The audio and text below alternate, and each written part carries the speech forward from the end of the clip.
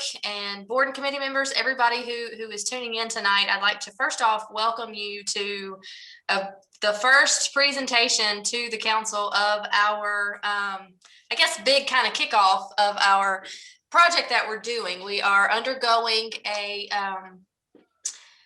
update of our comprehensive plan and our master parks and rec plan for the town of Louisville. If you haven't read about it in your newsletter, I believe there was an article in it about our most recent one. So I would recommend that you go and take a look at that. You can find out a little bit more information. But Jonathan is the lead on the project. He is from Kimley Horn. Kimley Horn is the consulting firm that we hired to help us with this project. And he is going to tell you a little bit about it, the process that we're going to go through and everything like that. We did choose kind of a branding you can see on Jonathan's page in front of you, we're calling this project Louisville Tomorrow, Foundation for the Future, again, for our comprehensive plan and our master parks, recreation, and cultural development plan. So Jonathan, I will turn it over to you. And I want to thank you for being able to be in attendance with us tonight.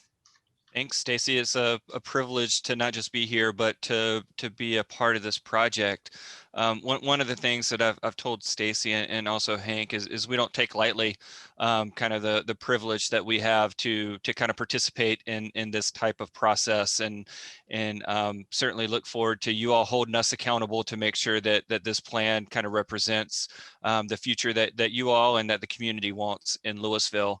And so what I thought I would do is just spend just a few minutes orienting you to the process, giving you a quick overview of how we're going to make sure that this is a community supported plan, talk about the engagement part, give you a little bit of an overview of the schedule, and then just make myself available if you've got some questions, or if you want to kind of go ahead and let me know kind of specifically what you want to make sure is accounted for in this process. I think that would be a good use of our time here today. I appreciated kind of Stacy teeing it up about the branding and kind of the messaging that we're trying to create with the Louisville Tomorrow brand. It really is kind of looking ahead, but making sure that kind of whatever we do is anchored in kind of those things that are uniquely Louisville. It shouldn't come as any surprise. I mean, we're doing a single process, but within that one process, we're creating two separate plans. And so the first plan is the comprehensive plan, and the second is the Parks, Recreation, and Cultural Development Master Plan. And the way that we're kind of combining these into one process, there's a variety of ways that they relate. Obviously, kind of they're sitting underneath of that Louisville Tomorrow brand. We're able to kind of coordinate the planning process and sequence the plans appropriately. But at the end of the day, the way that I feel like we're going to get the best use of kind of the single process is with our engagement. We're only asking people to join one process, but once they participate, we're going to collect input on them relevant to both the comprehensive plan and the Parks, Recreation, and Cultural Development Master Plan. From a sequencing standpoint, and you'll see this when you start to kind of put the months to the schedule, the park plan is going to get out ahead of the comprehensive plan a little bit, and that way we'll be able to wrap up the park plan and then kind of shift our entire focus to the comprehensive plan and make sure that we take that park plan and fold it into the overall comprehensive plan. So what I'd like to do is to kind of briefly kind of tell you about how the process is going to unfold. And so now I'm speaking more specifically to the comprehensive plan. It's not an overly complicated process. We've kind of broken it down into these 5 steps. So when we talk about community characteristics, it's really about making sure that we have a good understanding of all of the unique dynamics of Louisville, from a land use, a zoning, from a demographic, a socioeconomic, from a market perspective. So we're kind of taking this comprehensive view of Louisville, and we're putting together a community characteristics report that'll actually be coming along very soon next month. Once we have a good understanding of kind of what the data tells us is kind of unique to Louisville, at that point we kind of reach out and do some community engagement, and we'll talk about the engagement that's going to occur. But we really want the vision and guiding statements to be kind of rooted in the community's voice, whether those are kind of targeted stakeholders that we're going to invite to the process, or the broader community of Louisville. And so that second step will conclude in the June timeframe, and that will conclude with what we're going to refer to as like a vision and guiding statement. It's just a document that kind of summarizes the engagement that went into it, and the vision that we've kind of set forth based on that. At that point, we turn our attention to the growth strategy. And so this is, how much, how little, where, all those questions that kind of circulate around growth. What does the market support? What does the market not support?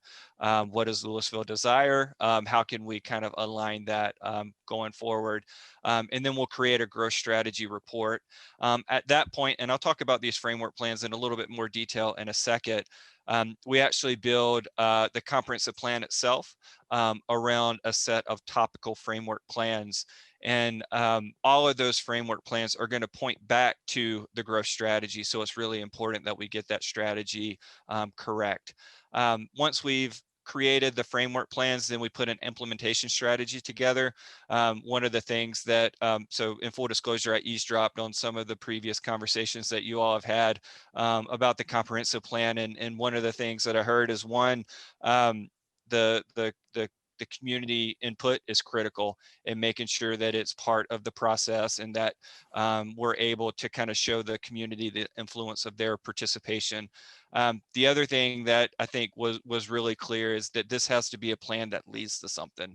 And so that's where the implementation strategy comes into play. There'll be a series of actions. Those will be projects, plans, programs, policies, all of these things. But we don't just want to create a list. The implementation strategy is going to tell staff who should be tasked to lead it, who's going to support it, what is the general time frame, and what are the resources that are going to be required to implement that.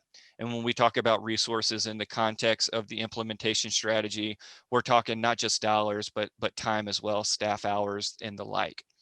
And so at that point, the comprehensive plan will be completed. Now, one of the key parts of the comprehensive plan is your future land use map.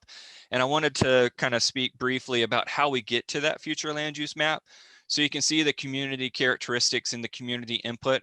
All of that is going to go into what we call a conceptual growth ideas, and there's going to be a map associated with that.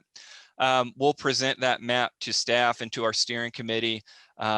Based on that input, we'll refine it, and then we'll create a preferred growth strategy. The preferred growth strategy is going to be more detailed than that conceptual map. And at that point, and you'll see just in a minute, at the point of the preferred growth strategy, we'll come back to you all and present and say, hey, here's where we are in the process. Kind of, have we gotten it right? What should we tweak? So there'll be a touch point with you all at that point with the preferred growth strategy. And then we get to work on all the framework plans, but one of the key framework plans is that future land use map. And so that's kind of how we go from taking the community input and understanding of Louisville, and then kind of going through these iteration of the maps to create the future land use map.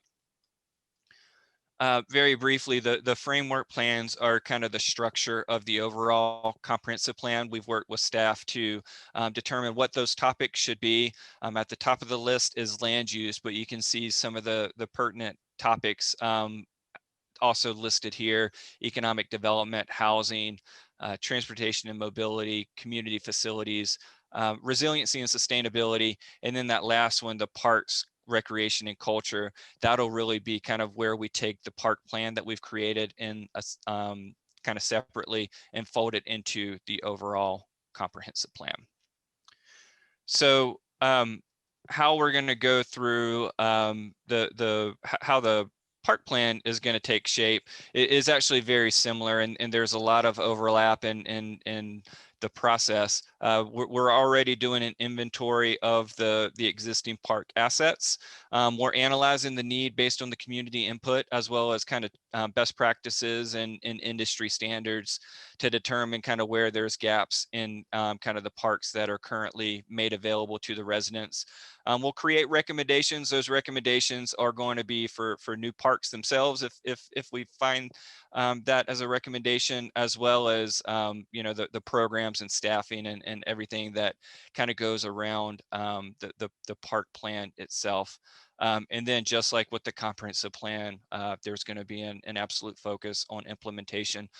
That's particularly important on the park side if there's kind of capital investments that we recommend as part of the plan.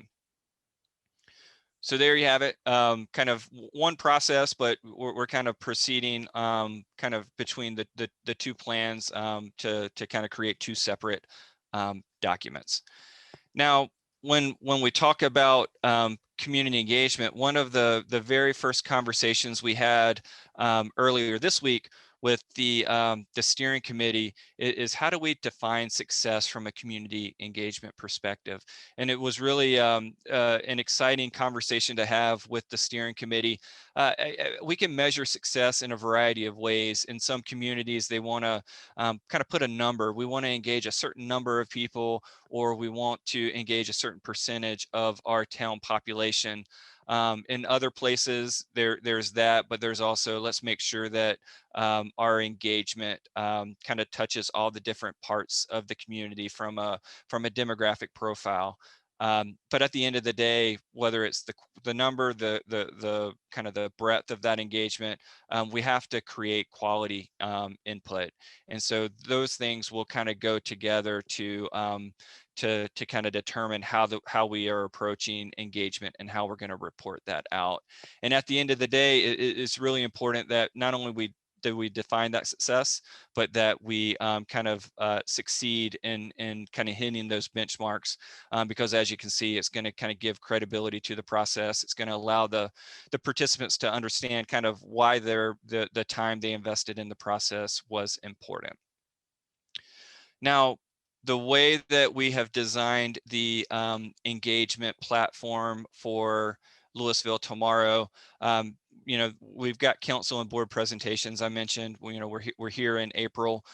In October is when we'll come back and kind of present the preferred growth strategy. And then right at the turn of the year in January and February, that's when we're going to have a complete plan that's been vetted by the steering committee, that's been presented to the public, that staff has been able to review, and we'll be ready to kind of go through the process of getting that approved by the planning board and hopefully adopted by you all.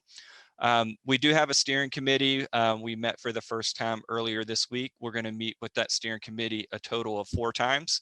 And we've kind of outlined where in the process we want to meet with them and kind of what the topics are going to be that we'll discuss both for the comprehensive plan and the park plan, because it is a single steering committee that is guiding both of those plans. We've got a stakeholder symposium where we're going to invite some stakeholders to engage in the process. We've got an online survey that we're launching. Both of those are going to occur later this month. And then we've got 3 public workshops.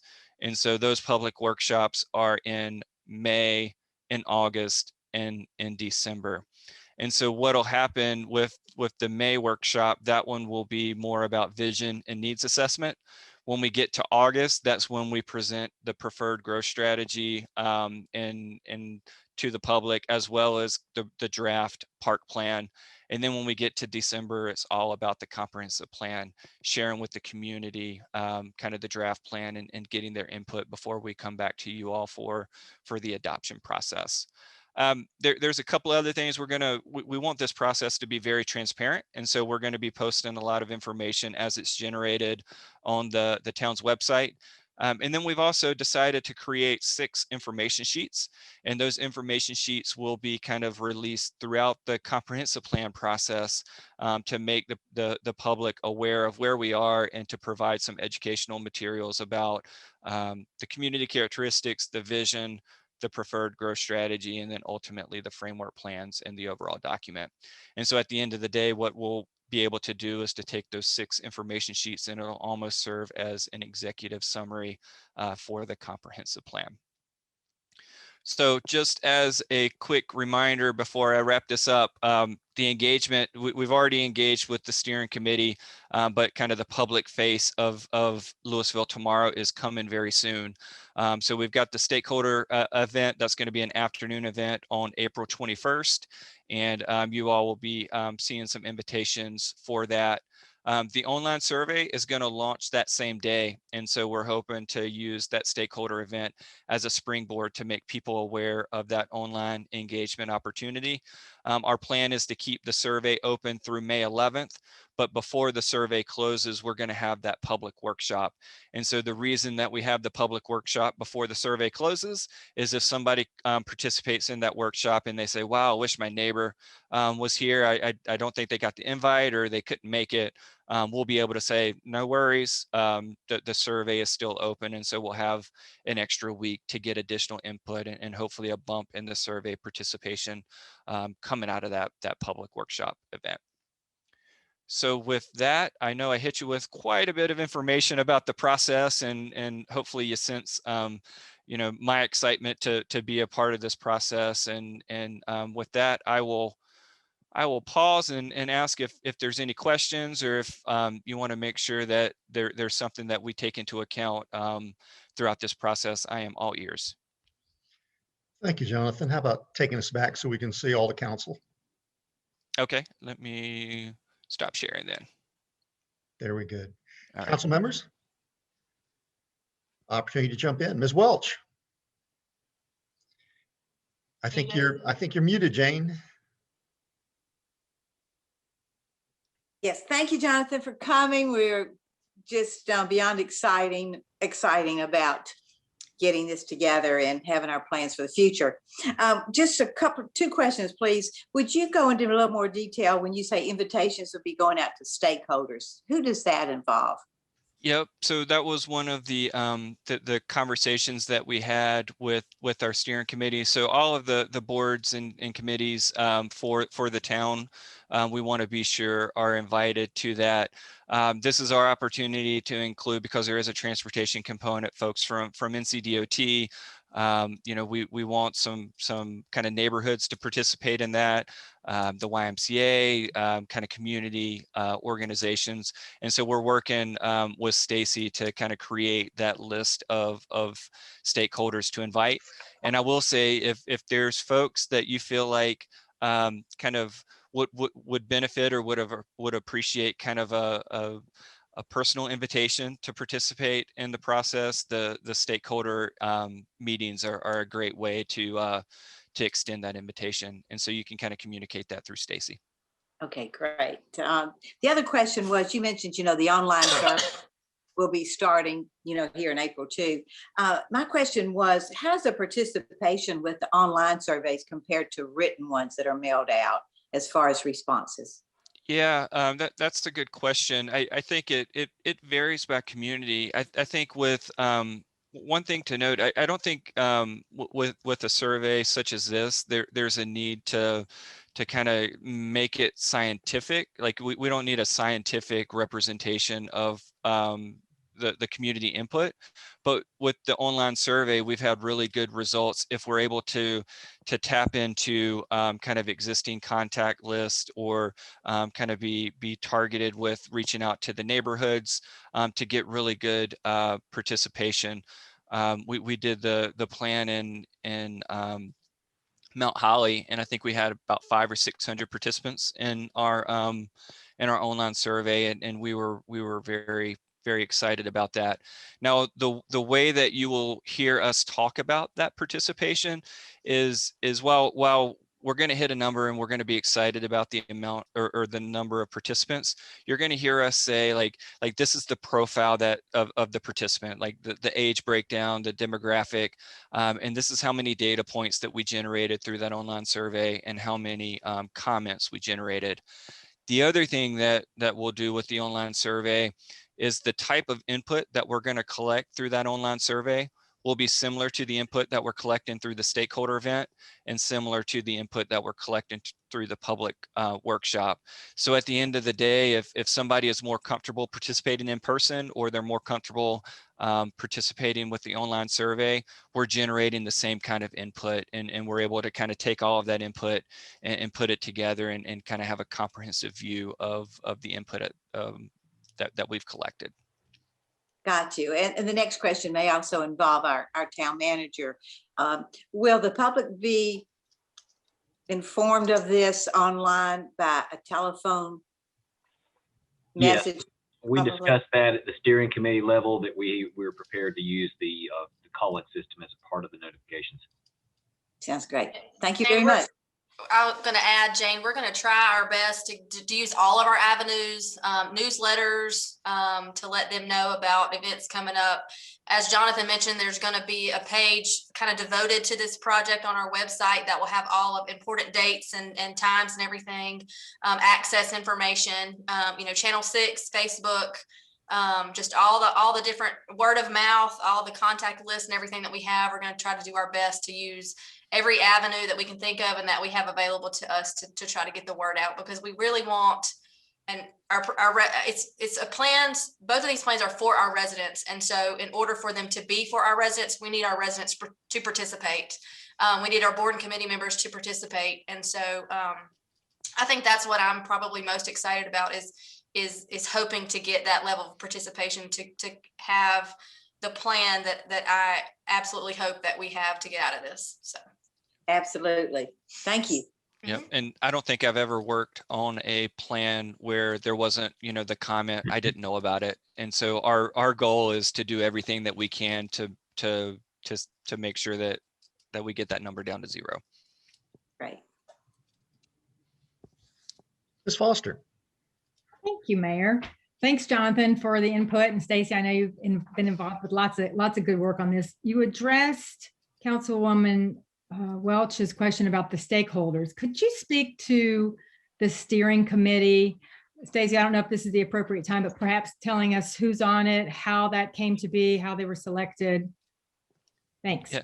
Yep. And Stacy, I didn't know if you wanted to kind of speak to kind of how we formed a steering committee, but I will say that after one meeting, I'm excited because sometimes you have a committee like that you have to pry information from, or you end up having one voice on the committee that dominates. And this is a group that from the get-go was willing to engage and provide thoughtful conversation. So I'm excited about that. Stacy, did you want to chat about kind of who's on it, how it came to be?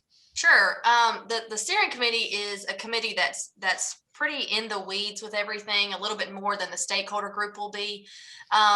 It's to help guide the process. It's really kind of to help me as well, me being just one person, but to help us throughout the process as a whole. That's why there's 4 steering committee meetings throughout the entire process. But that committee consists of some staff members, myself, Hank, our town manager, and Stacy Howard, being our events coordinator and also the staff liaison for our Parks and Rec board. There are 2 individuals from our planning board due to the comprehensive plan piece, and then 2 individuals from our Parks and Rec board for the Parks and Rec piece. And then also there are 3 individuals that have been long-term residents of the town. They have had experience either as a planning board member or a council member or both. There's one that has previous experience on the utilities committee and the planning board. So we tried to bring a lot of experience just from past dealings with the town, being residents of the town, very long-term residents of the town, and also their background and experience to what they'll be able to bring to the table for this steering committee. So it's 10 folks, not including the team that comes from Kimley Horn, but those are the individuals that are on the steering committee to help lead that. It was really interesting. We did introductions at the beginning of that, and it was like, I've been here 28 years. I've been here 3 generations. I've been here 15 years. And so I wish I had added that up, because it would have been a big number in terms of kind of the true kind of number of years that folks have experienced Louisville. It's a good group. Ms. Foster, do you have anything more on that? Because I'd like to jump in on that topic. Ms. Hunt, would you want to jump in on that topic? Yeah, I'll kind of just to Stacy, and this may be, have we engaged any of the small businesses to participate in the steering committee at all? I did reach out and I never got a response. Okay, So thank we pushed forward on that one. Okay. So. Yeah, I'm a little concerned about the steering committee, only because we're going to have a lot of folks that will have excellent vision looking backwards because they've been involved in the town for a long, long time. But I'm not sure that we have representation on the steering committee of those younger folks who have moved here in recent years and who are looking forward. And I know it's called Louisville Tomorrow, but unless we have engagement by some of our younger folks, I'm not sure that we're really having a true representation on our steering committee. Well, the two planning board individuals are our youngest members. Okay. They are in their late 30s to early 40s, have small families, and so I do feel that they will represent that number a little bit.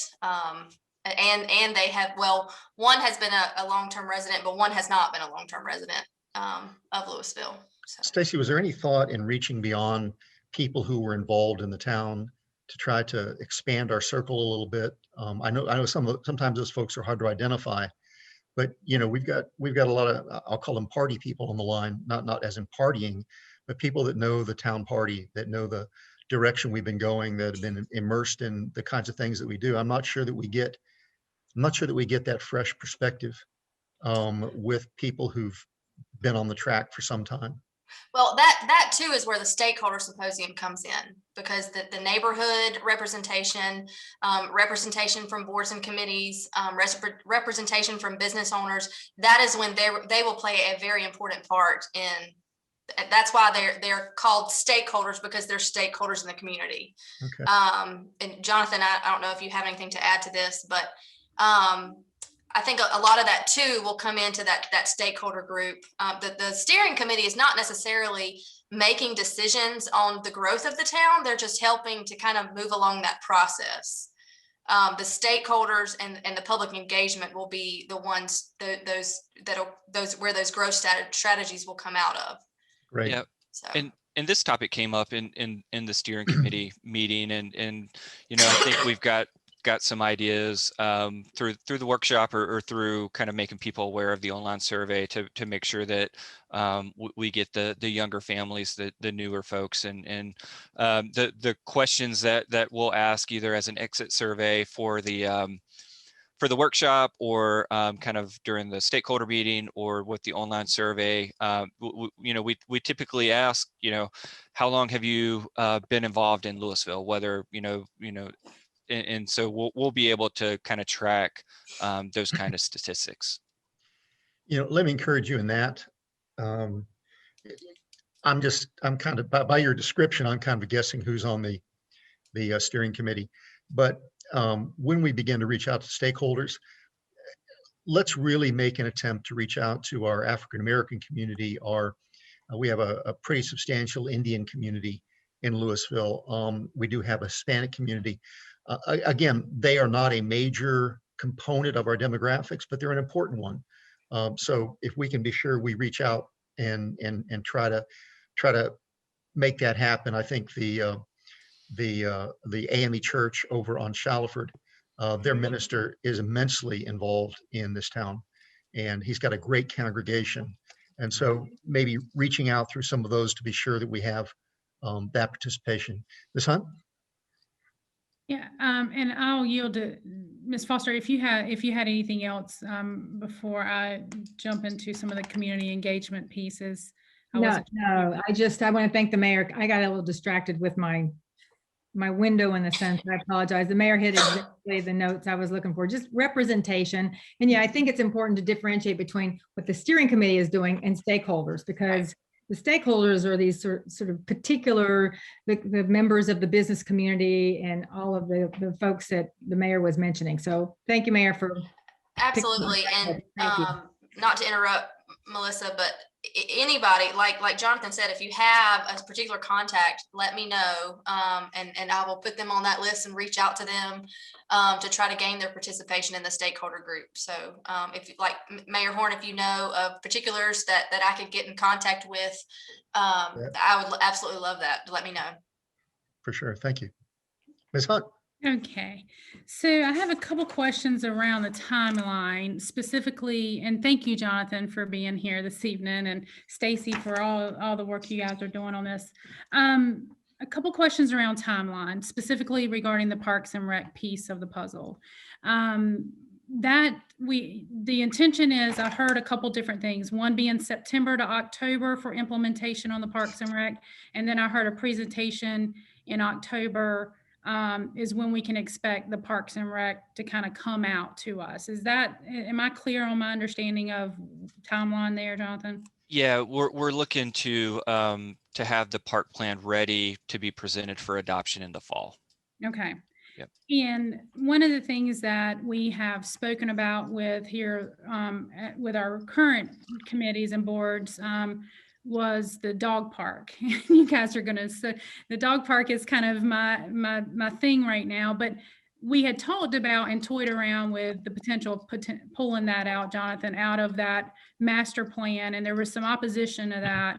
Can you speak to me a little bit about if we run into that September and October timeline and that's not done and we have a need to pull a piece out and have have our current boards and committees kind of spearhead that? How does that take into, does that really mess up what y'all are doing on y'all's end, or kind of how does that work? Have you had towns that have done that, been in the process of working on something kind of simultaneously as the planning is being done?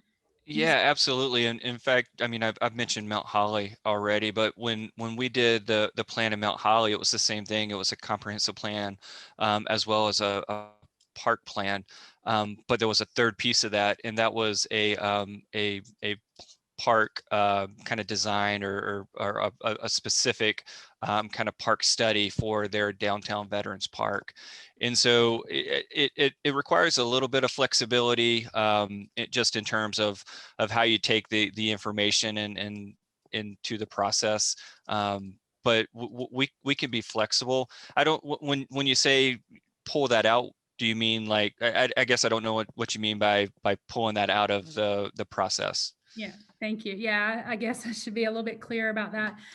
So if there's a piece of, like, for example, a dog park or a water park or any kind of particular item that the town may want to proceed with, we've got a Part F grant that we have looked at in the past. And if that comes back open and we're still in the process with you guys, can we pull some of that out of y'all's overall planning and say, hey, we want to focus on this Part F grant and present this information?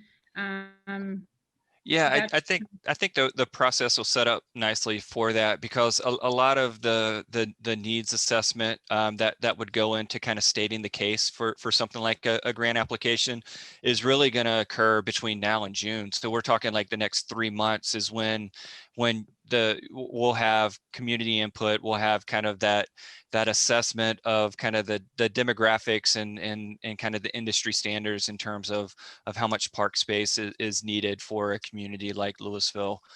We'll have all of that information in the next 3 months and have that available to use as you see fit. Okay, thank you. Anyone else, council members? Ms. Hunt? Sorry, I was just looking at my notes. So going back into, and Stacey, this may be something you had spoken earlier, Jonathan, about the community engagement percentages. Some places there's percentages and sometimes there's a number that certain people are looking for. What has been, in your experience, is there something that y'all are looking for, 10% of the population to, be engaged, or 5% or 20%? Is there a percentage that you guys kind of go by? I think and alongside of what Mayor Horn mentioned and Council Member Foster and Welch regarding engagement, I think that we're wanting to ensure that there's going to be some true engagement at a larger, higher percentage than just, hey, we saw 100 people and they said X, Y, Z. Yeah. So what's your thoughts on that? Yeah, I think you have to be careful about kind of putting all your eggs in the number of participants. Like let's take the example, and I didn't get the name of the gentleman that leads the AME Church, but you know, if you engage him in the process and he's truly a liaison to his community, you've actually touched a lot more people with this process than just him. And so that's where kind of the quality of participation really matters. I mean, I always say, you know, set a good number that's realistic, and you know, for a lot of communities that's 10 or 15%. But at the end of the day, you need to make sure that you're making the best use of those touch points with the community, and there's nothing harder than to get somebody to join a process like this. So when they kind of make that commitment, for lack of a better term, kind of squeeze them dry of the data that and the input that they're willing to provide. And we'll do that through the activities that we create. Okay. Council members? Mr. Franklin? Yes, I'd like to make sure that in this process, especially of getting stakeholder or community involvement, that we specifically start reaching out to the Vienna Civics Club and let them help spread the word to get, you know, engagement, if you will.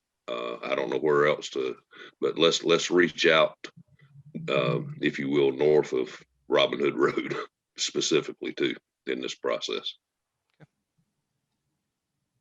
Absolutely, Mr. Franklin. Thank you. We have already talked about that and we're already on it. So thank you for that input. Mayor, Two thumbs up. Ms. Hunt?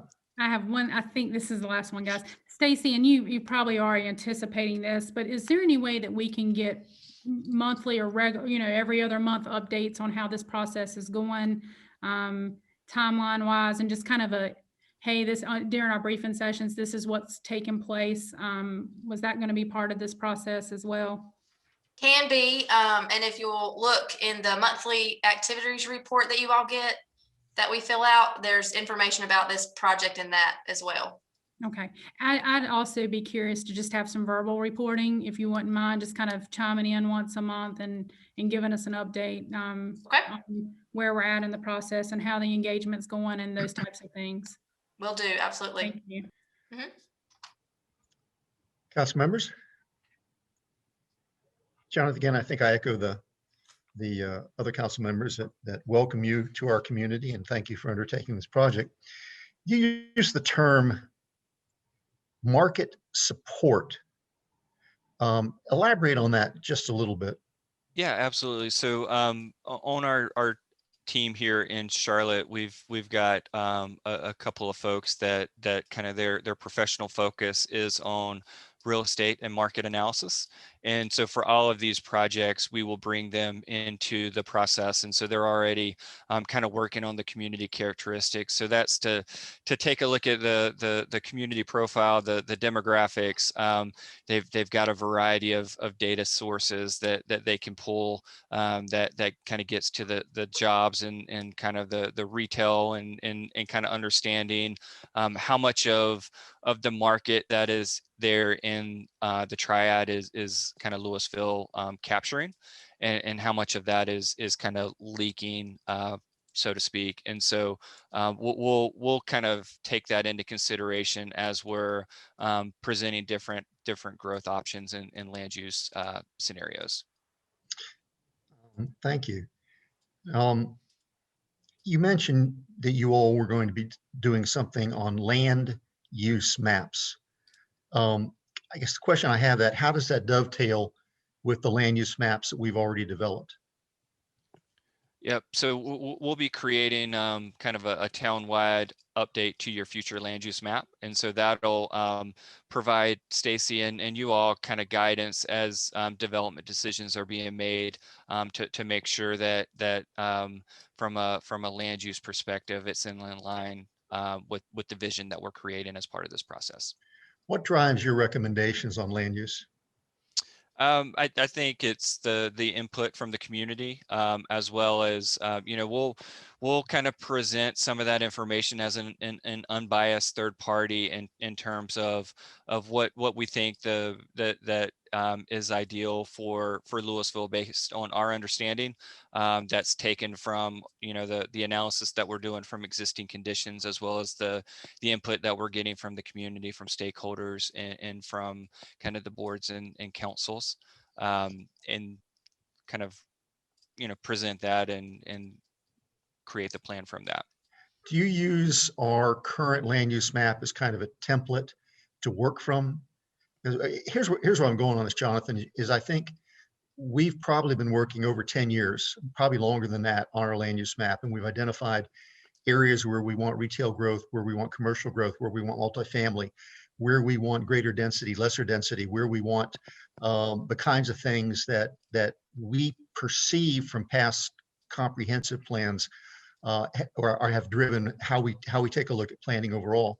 I just want to, I'm sure you're sensitive to this. I just want to be careful that we don't, in looking at, quote, your land use map, or the land use map that comes out of this, that we completely overlook the work by so many groups and committees over the last 15 years to get us where we are.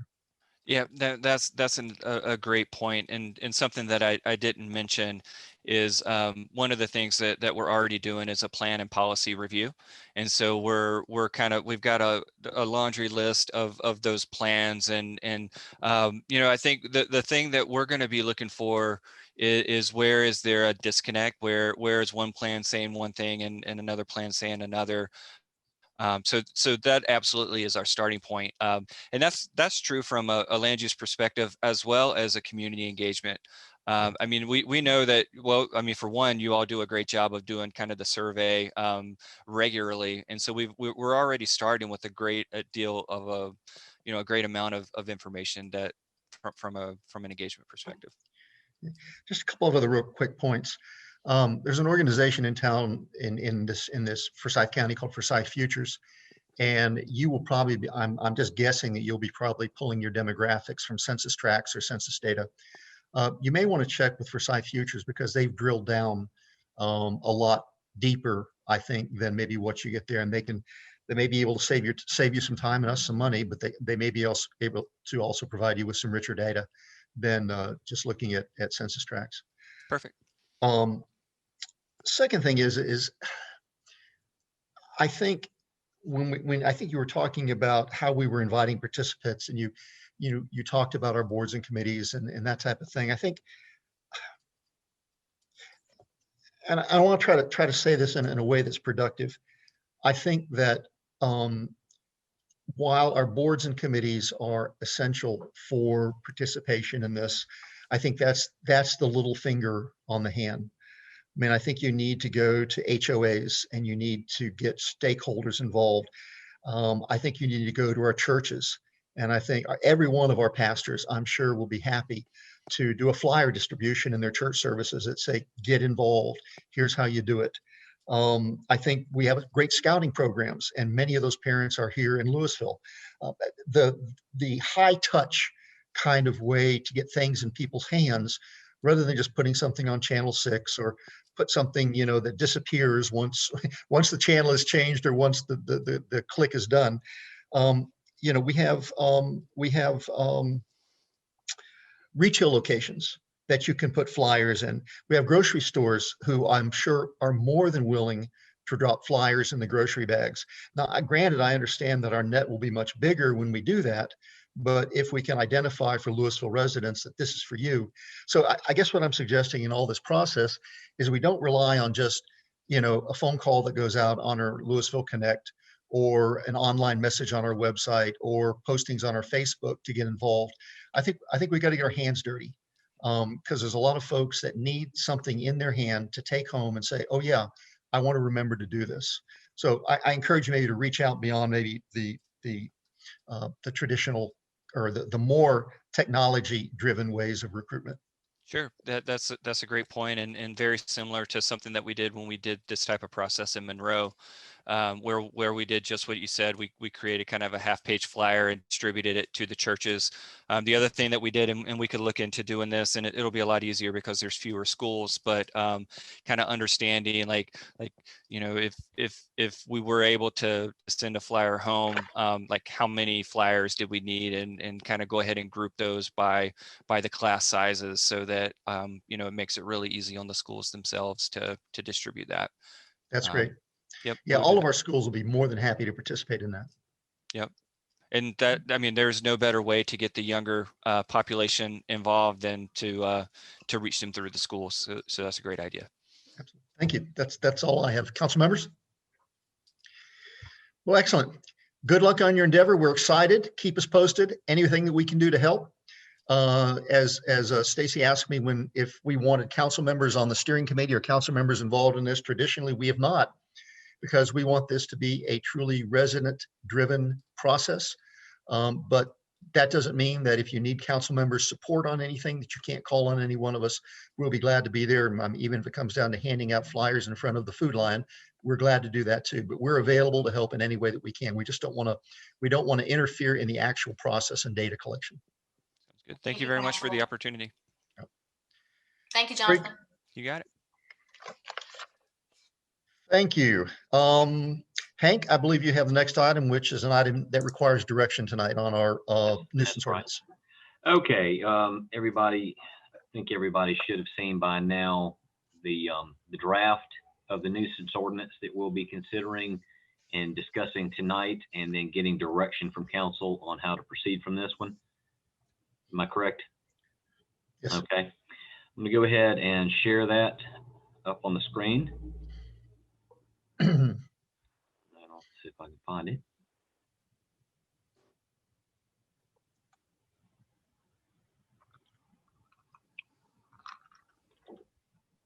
And then let's see here. This is the current one. There we go. Let's get past all the preamble. Okay, this is a little bit, and our other ones used to be unkept lots and tall grass, because that was about all it was for it. This is going to be changed to nuisances, because this is a little bit more comprehensive in the issues that get addressed, other than just the condition of the yard and the height of the grass for it. I'll take you through a little bit about it. I don't feel like I need to read everything for it. Does anybody have any questions from what they've seen? Council members? I'm looking to see if there are any hands. This I don't does see- allow, just like we had before, the ability for the town to identify and order for the abatement of whatever nuisances that are found within the nuisance ordinance. And it also allows us to take someone to court to pursue this with a threat of a misdemeanor and a certain dollar per day until that is corrected by the property owner themselves. We've got neglect of the property sections. This is just, I guess it's just, unauthorized accumulation of solid waste, trash, recyclables, garbage, junk, rubbish, building material, litter, dilapidated condition on premises. This could be, as you see it, lawn furniture, appliances, machinery, equipment, building materials, you name it, uncontrolled. Yes. I want to interrupt right there, because you have it on the screen. When you get to this section 4.4, where you're at now, dilapidated condition on premises, one after that, this is where I start getting a lot of heartburn at, guys. Okay. And we need to hash this out, because I don't know where this come from, but I've got a grain drill that is sitting outside of a building in the middle of a field that is non-functional. It's 50 years old and it's dilapidated. So language is in this thing can bring on unintended consequences, and we need to be careful as we go forward. I support going forward, but I also do not support a knee-jerk reaction to something that has existed for over 10 years that we're trying to deal with right now. Okay. If I may, Hank, I would add to kind of piggyback off of Councilmember Franklin, building materials. Generally, if a resident has an open and legal building permit, then those building permits, or excuse me, those building materials would not be in violation. If they have an open and active building permit with the city, then, you know, obviously they would have building materials on their property. But that's just kind of another thing to think about as well. Well, look, I'm just, again, I want to say this, and I'm going to tell this on myself. I've got a pile of metal, and it is sheet metal that could be used by architectural firms to enhance buildings, but it's been there for the last 25 to 30 years, and it's out in the open. You need to be careful when we go down these roads, is my point. This needs to be debated more. Don't have a knee-jerk reaction. Right. Well, I think as I read this, Fred, the main part of it's the first sentence. The such as but not limited to me sounds like that examples that someone could picture in their heads that could, if it's a littered condition within the yard, could be examples with lawn, furniture, appliances, machinery. But it's not just the presence of those types of things by themselves, but the manner in which they are kept and how they may create, quote unquote, that littered condition. Yeah, I think, David, go ahead. I just want to also, we are looking at hiring someone to do this, as right now, staffing is not there for us to monitor this nor enforce this, correct? That is correct. Wait.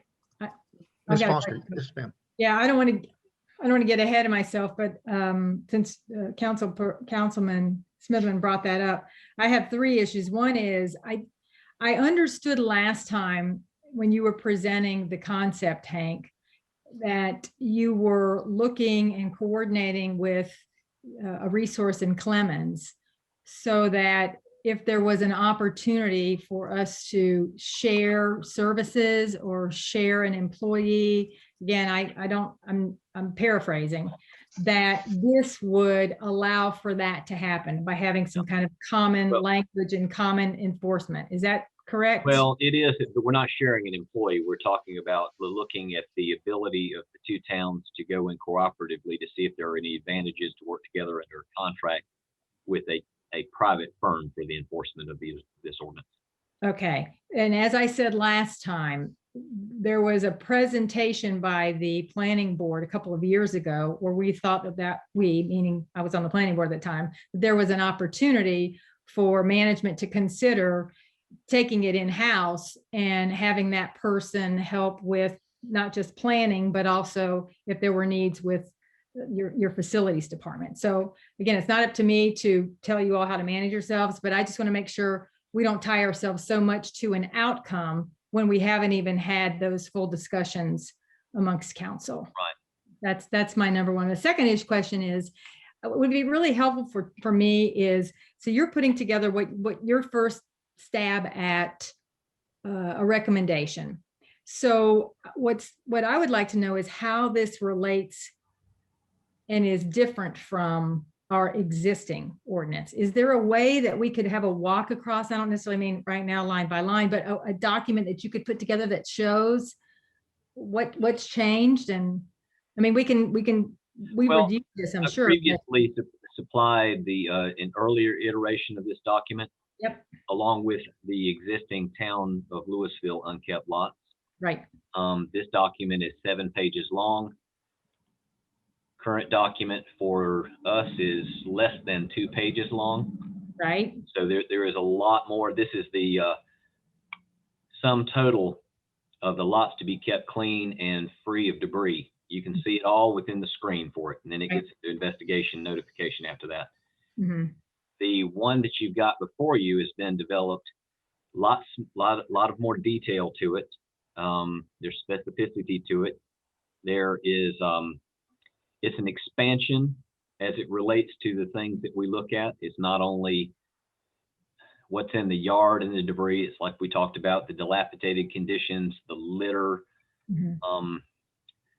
accumulation of hazardous and toxic materials, obstruction of municipality or state rights of way, burned or partially burned buildings and structures, storm or erosion damaged structures and resulting debris. It's just a more comprehensive way to look at potential nuisances for the town.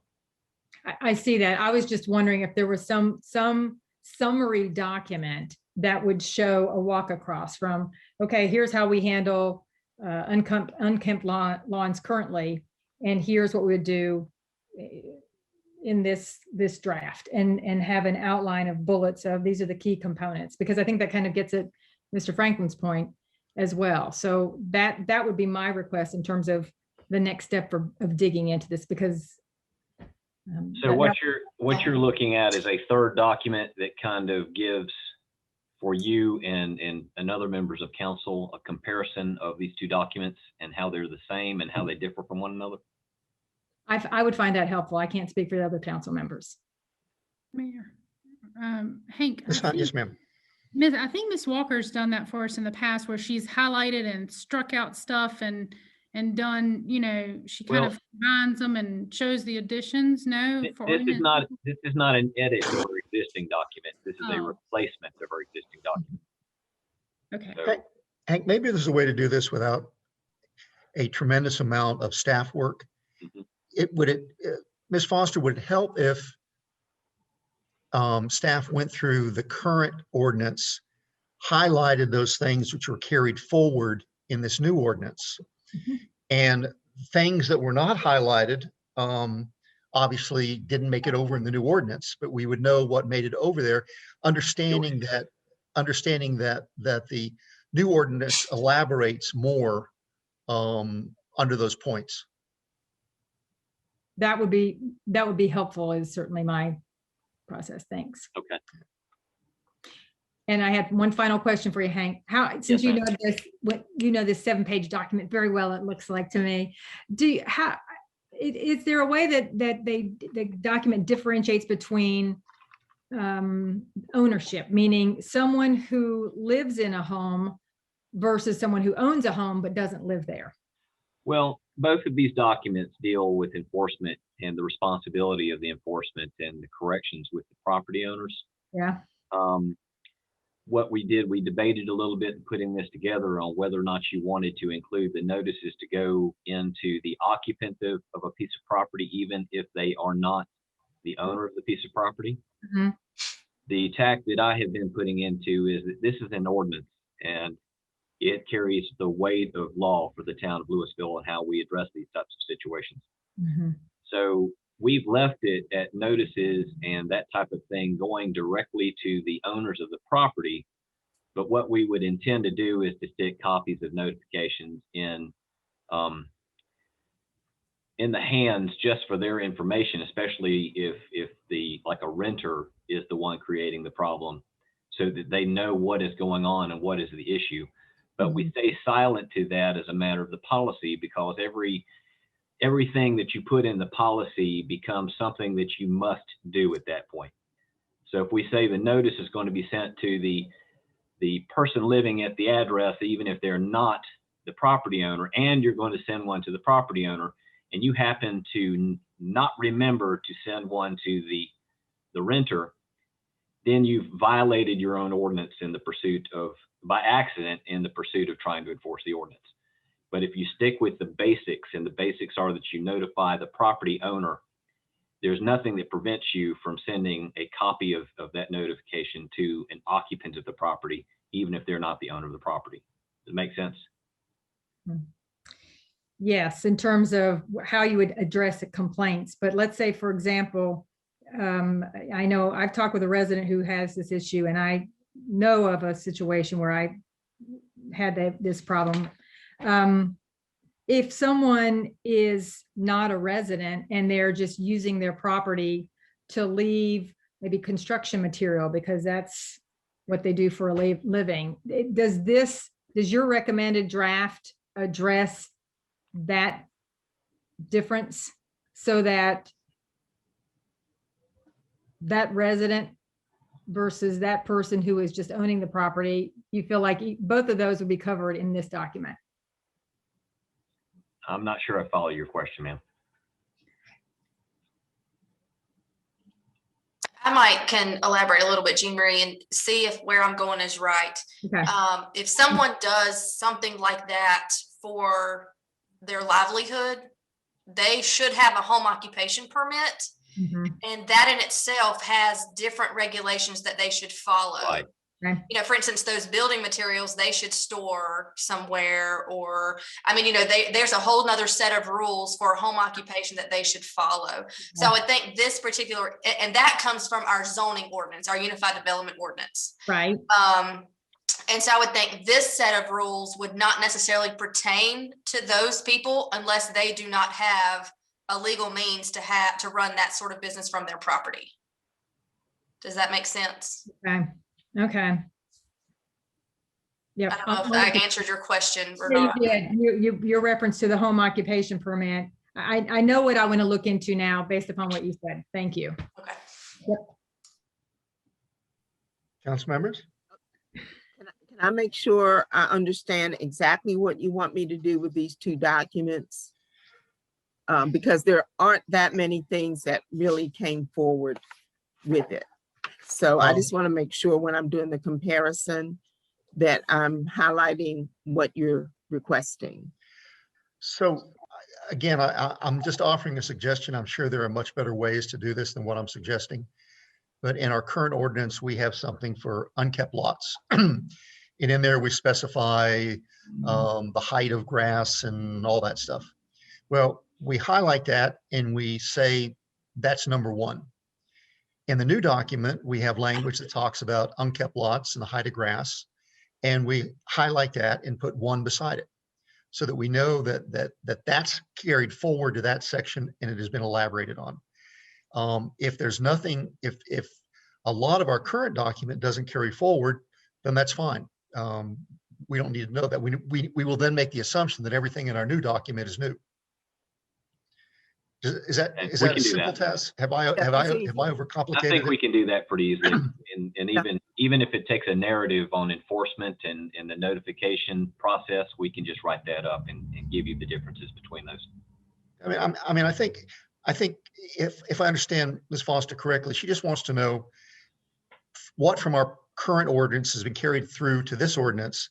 And then, I mean, I think we're all kind of savvy enough to look at it and know that has been expanded and we can ascertain the additional provisions that have been put in that particular section. You know, I don't think we need a narrative that said, you know, in addition to moving this forward, we've added this, and this, because I think we can look at the document and see that. Okay. Yeah. Ms. Foster, does that address your? That's fine. And I guess I would just like to hear from Councilman Franklin, because he was saying, you know, we need to be careful about this. Are you looking to have some discussion about it? Or Mr. Franklin, is there something you're wanting prior to our discussion? I would like an opportunity to read this and make some more notes on it. I mean, I know we've had it for a bit, but the final copy here, we've only had it for a few days or so. And I just like an opportunity. Like I say, some of the language and the definitions is where you open the actions that we take and all, I think are greatly outlined in this document. But yet we just need to be careful when we go to defining things. I'll give you an example. Where it says like lawn furniture, lawn equipment, appliances, whatever, in that one section, does it differ from an industrial zoned property to a residential zoned property? You know, where are these loopholes at and so forth? Because we have situations similar to this in both industrially zoned property and in residential zoned property. Let's again take our time. Let's do what we need to do to make sure that we get it right. Mr. Franklin, when you say industrial, do you mean commercial? Oh, sir, we have a piece of industrially zoned property within our town limits. And It's all general industrial. Yes. Yeah. And it has lawnmowers on it. Mhm. Been there for the last 35 to 40 to 50 years, much the same as it is now. Council members, any other thoughts? Hank, if I could just take a second, on page 2,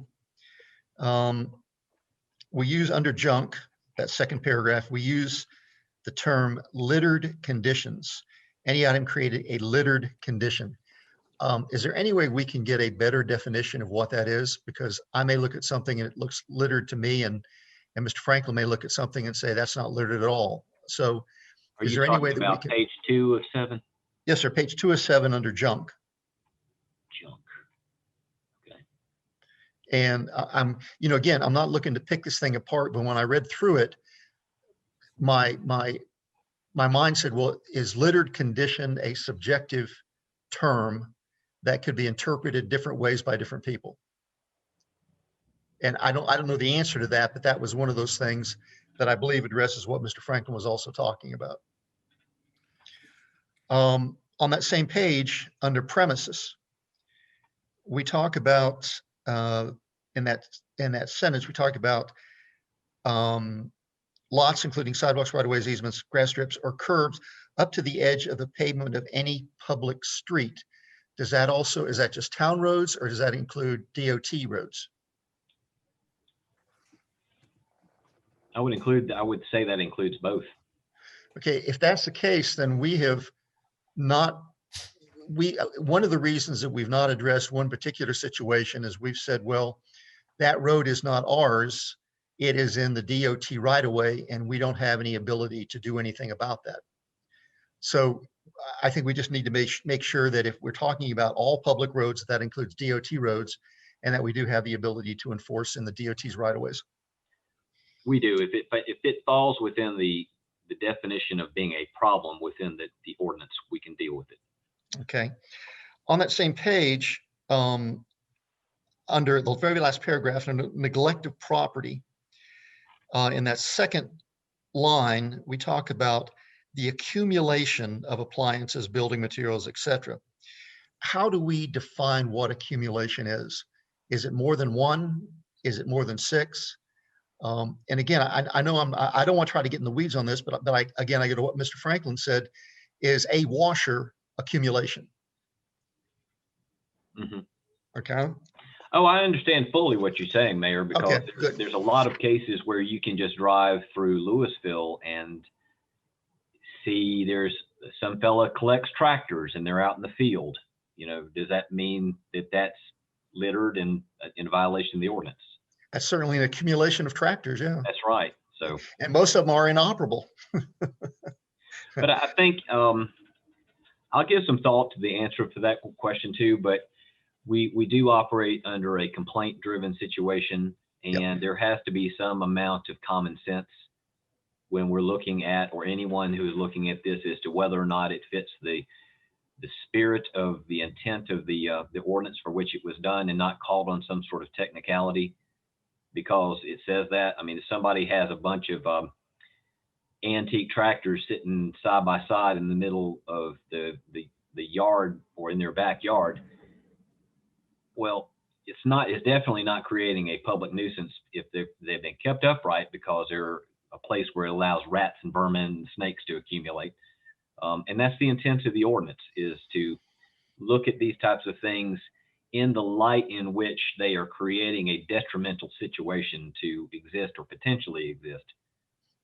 So, I mean, we try to be explicit in what we list out here, but there's always going to end up being a certain amount of common sense and judgment to someone who is looking into a complaint. Otherwise, we're going to be knee deep in our own problems every time somebody turns around and points or throws a stone at their neighbor because they've got a tractor sitting out there that currently doesn't work.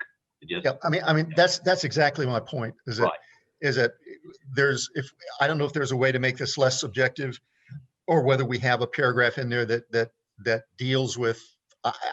Again, I'm just pointing out, when I read this document, this jumped out at me as, what is a littered condition? What is a accumulation? Right. Okay. And those just kind of jumped out at me as maybe that weakens our enforcement of this, because somebody may say, well, that's not really an accumulation because it's only one, but it may be the broken down washing machine sitting in the front yard of a place. So anyway, Going on down that page, number 7, obstruction of municipality or state right-of-ways. We talk about it shall be unlawful for the owner and for the occupant of any property to cause to allow trees or shrubbery that shall interfere with or endanger the use of public streets. Should we not have vehicles in that as well? Well, certainly vehicles that are inoperable or untagged will be covered underneath a junked or nuisance vehicle ordinance, but an operable vehicle is not the same. So what we're saying then is somebody can park an operable vehicle in the right-of-way in a way that obstructs visibility or creates a nuisance. Well, no, if they've obstructed or created a nuisance, that's a different matter. Because then we have a parking ordinance that comes into play, because the parking ordinance says to park in such a manner that creates a nuisance. Okay, so anyway, I guess I go back again, just consider, do we want to include vehicles there? Because that seems to be the intent of what Well, the hard part in doing that, Mayor, is if the vehicles are operable. We have plenty of places in Louisville where people, even in town where there's not curb and gutter, we've got areas of, like in the Sequoia area, where there are okay, let me be really specific on this. Okay. There is a situation where operable vehicles have been parked in the right-of-way, basically 1 inch off the roadway. That is a potential danger. So somewhere in this, does that deal with that? If it could be created or constitute a danger, it would be. Great. Okay, if it's covered without the addition of the word vehicles there, that's fine. I just want to be sure that we address that If somebody particular issue. parking on the shoulder of the road, a truck, for instance, is not a nuisance by itself. But if it does block the intersection or block visibility or cause people to maneuver to have to get around it. Right. If you parked on the shoulder of the road and it was in front of a fire hydrant, that would be a problem. Gotcha. Okay. We have other ordinances that says that you couldn't park too close to a stop sign and get in the way of the visibility of the stop sign as you approach the intersection. Yeah. I mean, you know the intent of my comment here. I do. Yeah. Okay. On page 4, we talk about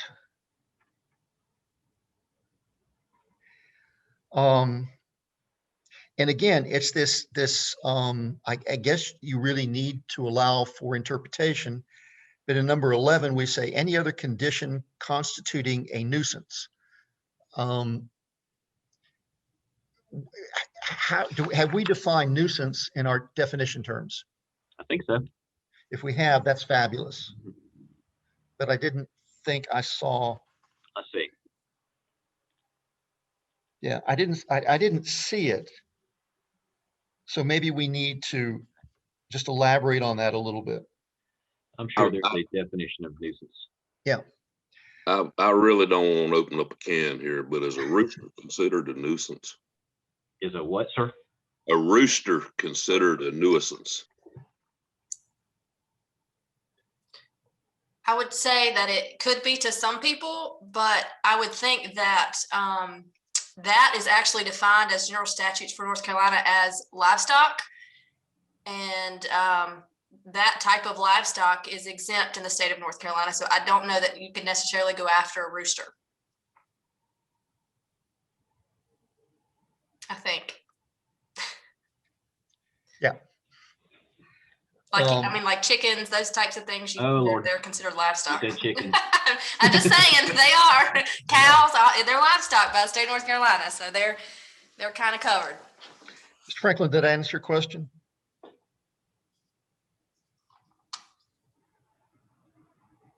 Did I get a nod? Fred, I'm having trouble seeing your face there.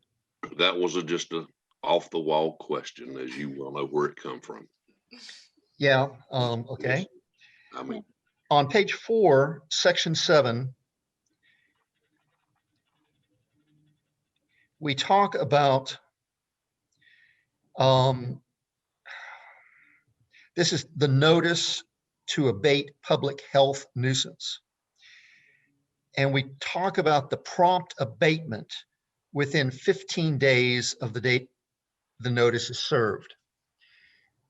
what if the situation requires longer than 15 days to abate? That's just one of those situations where it just takes longer to remedy the problem.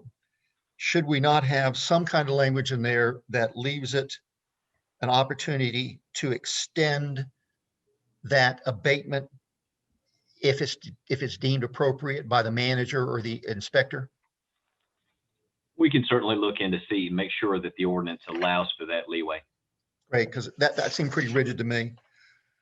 Mayor. Yes, ma'am. I know a lot of time, and this, I don't know if this might be helpful, Hank, but I know a lot of times in zoning ordinance violations, the rule of thumb is kind of, if they're placed in violation and they're actively cleaning up the situation and that sort of thing, it doesn't create a new violation because they are actively trying and doing their best and showing effort to clean up whatever it is they're in violation of, even if it goes past that 15 days. So you might could put that something language about that in there. Good thought. Very good. Council members, I'm sorry I belabored the points, but I kind of wanted to get this out on the table so that we'll have the opportunity to move this forward. Mr. Franklin, does next week give you an opportunity to review this and have some additional input? Oh, absolutely. I mean, Right. you know, I'm just saying that we need to have some more discussion if you want. Okay. Well, yeah, we're not adopting this. We're not adopting this evening. This is for council input and in consideration. All right. Mayor, Yes, ma'am. and just, Hank, you mentioned something earlier about common sense when it comes to definitions. You know, we're going to have a discussion a little bit later on a technical review for compliance that is all about definitions. And part of our challenge is the definition wasn't explicit enough. So as one might perhaps interpret that. So I hear you about the common sense, but by the same token, what we've learned with some of our current ordinances, we can't depend on the common sense and the what term did you use? The spirit. Mhm. Well, I think you're talking about two different animals. You know, one is development standards versus nuisance abatement. But I understand what you're asking. Okay, thank you. Thank you. Council members, any other thoughts? I'm going to come back and say we need to be careful as we go forward. We had an incident that occurred many, many years ago where we passed a sign ordinance that involved these temporary signs. And we had enforcement that occurred that unfortunately took down some signs that probably should have been left up. And Mike, I'm sure you know what I'm talking about when that episode occurred with a former town manager that did not exactly put common sense to the situation. That's where common sense is up to individuals, not necessarily written into a code of some type. So we got to be careful as we go forward. Hank, can you come back to unshare your screen? Yes. Very good. Let me, again, just in context, let me say, Hank, I'm sorry, Mr. Smitherman, go ahead. The other thing that concerns me is that everybody's welfare is different amongst the citizens of Louisville, and that what we have and our resources are different, so that we have to use sometimes not what you and I or he or she would consider the correct resource to build something, but maybe that's all we can afford. So I just want to make sure that we're very fair when we write something, that we don't exclude someone just based on what we think it should be, and that's all that they could do. Ms. Hunt, did you have a comment? Yeah, Hank, I believe somewhere along the line, I heard that this was pulled from Clemens. Is that correct? Or you kind of took a mixture of this and? This is Clemens, but I had a couple of examples before Clemens came up where it looks very similar. Okay, I think that was just my comment would be, if we've not looked at some of these rural areas, Yadkinville, Tobaccoville, out even into Wilson County, some of those other rural counties, to see how they're doing because we do have a rural landscape and to some degree that may differ from what we see in Clemens. And so we need to be mindful of what we are asking in a rural environment versus in a more suburban type environment. Very good. In context, thank you, council. Hank, I think it's a really, really good first run at the draft. This gives us something to look at, something to talk about, and something to think about. So thank you. I'll leave one comment, one thought with it. Our current ordinance, because it is so broad and limited in definition and that type of thing, it does create the need for someone to make a larger leap to something being a nuisance if it's not somehow identified and explained within the nuisance ordinance. Yeah. That's just so we have an ordinance that's very vague in general, and that does create problems. If you look at something and you're saying that's a nuisance, I know it is, but it lacks anything where you can make that nexus between what you're looking at and how it ties back to your ordinance and says that's a problem. So that's what I'll leave people with. Point well taken. Okay. Council members, anything more on this before we move on? Very good, thank you. Joyce, you have the next item requiring action. Oh, yes, I do. I almost forgot. Thank you. I don't know if everybody remembers, but back in the fall, you all elected Mike to be your representative at the league. And we have this upcoming City Vision Conference. This is the annual conference. His name already popped up as our representative from Louisville. And the league would like to know if you would like to have him maintain that position for the upcoming conference. And council members, before anybody says anything, let me just say, anyone is more than welcome to be our representative at City Vision. Basically, what we do is we have an opportunity to vote on officers for the league. We participate in various discussions that have to do with issues that are important to us. But if any of you wish to be our representative, please indicate that. Do you think it would be helpful for someone else to do it, or you're just offering the opportunity? Ken, I think the more of us who are aware of the kinds of activities of our primary lobbying organization is great. I'm not specifically saying it has to be somebody else. I just want to be able to create the opportunity should somebody want to do that. I think their understanding of municipal government will be enhanced. Also, Mayor, I'll be asking everyone if they're going to be able to attend it April 20th through 22nd. So they'll still have that opportunity. It is 2 days. That's correct. Yeah. So question, so this is something that we were going to attend last year. This is, I'm remembering now. Is that right? Yeah. Yes. Okay. We can all still attend, but this is just the voting delegate. I don't see any volunteers coming forward, so I guess this requires a motion and a vote, please. Mr. Smitherman? It's the motion. The motion will be that Mayor Horn will remain the delegate. Second. Mr. Smitherman makes the motion, Dr. Sadler makes the second. Any further discussion? Mr. Smitherman? Aye. Ms. Foster? Aye. Ms. Hunt? Aye. Mr. Franklin? Aye. Dr. Sadler? Aye. Ms. Welch? Aye. Mayor abstains. No. I'll vote aye, thank you. Can't. Okay.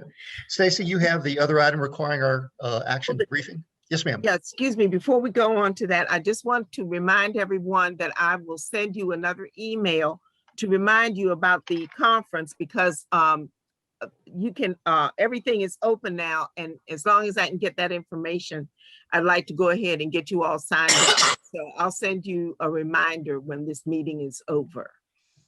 Ms. Walker, that'll have a link to the various panels and discussions and everything else, so you can. Exactly. Yeah. Exactly. Okay, Stacy. Yes, if you remember at our meeting in March, we approached you guys in order to, with the possibility of having a planning intern for this summer. We talked a little bit about what that intern might do, some different tasks, and we wanted to put that at the request of a few council members into a description of exactly what we would be asking a planning intern to do in order to, you know, keep them busy for the time that they would be here, give them special projects. There are things that I, in a day-to-day basis, have trouble getting to, from filing to, you know, helping with cases and staff reports and that sort of thing. So the planning intern job description was sent to you guys earlier in the week, and I wanted to see if anybody had any specific questions about that. And so any discussion around that? And then Pam, do you want to handle the budget amendment part, or let's see, I got that up. Ms. Hunt? Stacy, well done. Pam, you muted. Sorry. Yeah. Am I? Go ahead, Melissa. Okay. Yeah. Just well done, Stacy. I did have an opportunity to take a look at the document. Are there specific goals that you're looking for? I know that it lists quite a few different kind of essential tasks and duties, but as far as from an outcome stance, essentially, what are we getting for the $4,000? I mean, I know that there's going to be some tasks that they're going to do and things of that nature, but is there something in your mind you have that you're kind of hoping that they accomplish during their time with you? I think that's kind of twofold. One goal that I have is, you know, to be able to take that intern and almost look at it as a staff position, due to the fact of there's, you know, if you look at these essential duties and tasks of what they're going to be doing, an intern has a lot of the insight, you know, even though they're a college student. I remember in my internship, it was a lot of insight I was able to bring to the agency that I did my internship at, but then also, you know, helped out with those things like, you know, helping make presentation to boards and committees, and helping have a second set of eyes going through the UDO, doing research, just things that, you know, ultimately get kicked a little bit because of, you know, just the day-to-day things that come across my desk. You know, I mean, I've had anticipated being able to work on some UDO text amendments today while in the office, and I wasn't able to touch it because of just the ongoing emails and telephone calls and things that pop up that my day, I never know what my day is going to look like.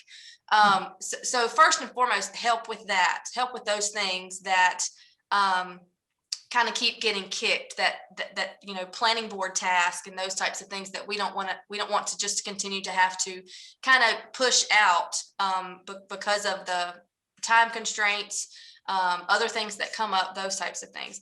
But then also from being a planner, you always want to try to educate and expand the field.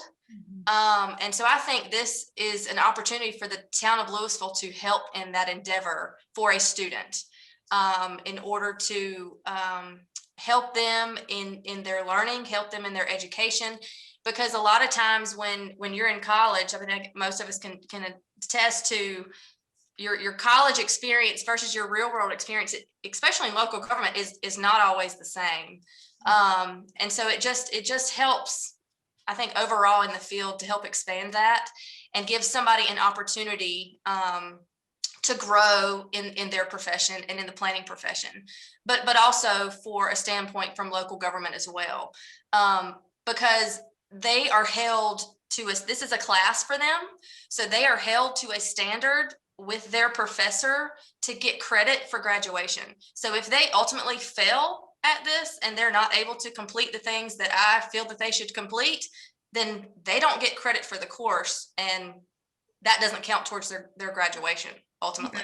Yeah, and I hear you, and I don't mean to cut you off, but I understand the need for the intern, and I understand that but I think what I'm looking for is a little bit more concrete, like, hey, this person's going to attend 2 council meetings during their time, and they're going to present on these comp updates or whatever. That's kind of, I guess you're kind of going down that line too of, you've got that in your mind that they're going to evaluate the need potentially for a staff position. What are some of the tangibles that we're going to receive from Well, this intern? I think I understand what Melissa's doing. It traditionally, when I've had interns, and I think Stacy will agree with this, that interns will have a project that they are assigned during the time there, and usually it's something that is in need by the jurisdiction and something that has not been able to get done. So that is a tangible benefit from having someone in an internship position, because they could move forward an initiative or an ordinance or some kind of project that may have been thought about by the jurisdiction for some time, but not had any traction because no way to have resources to implement. Right. Yeah. And thank you, Hank. Well said. Yeah, that's what I was just, and it sounds like, Stacy, you've done all that thought process. So thank you. Thank you for answering that question for me. Thank you, Melissa. Sure. Questions? Ms. Foster. Yes. Okay, thank you. Number one. So I agree with Councilwoman Foster, Hunt, my sister Foster, around outcomes. Yes. And Hank, I think you said it well. Stacy, I heard you talking about an outcome. If I was listening correctly, you will be looking at this position and having that inform the staffing recommendations you might be making for the planning department in the short and intermediate term.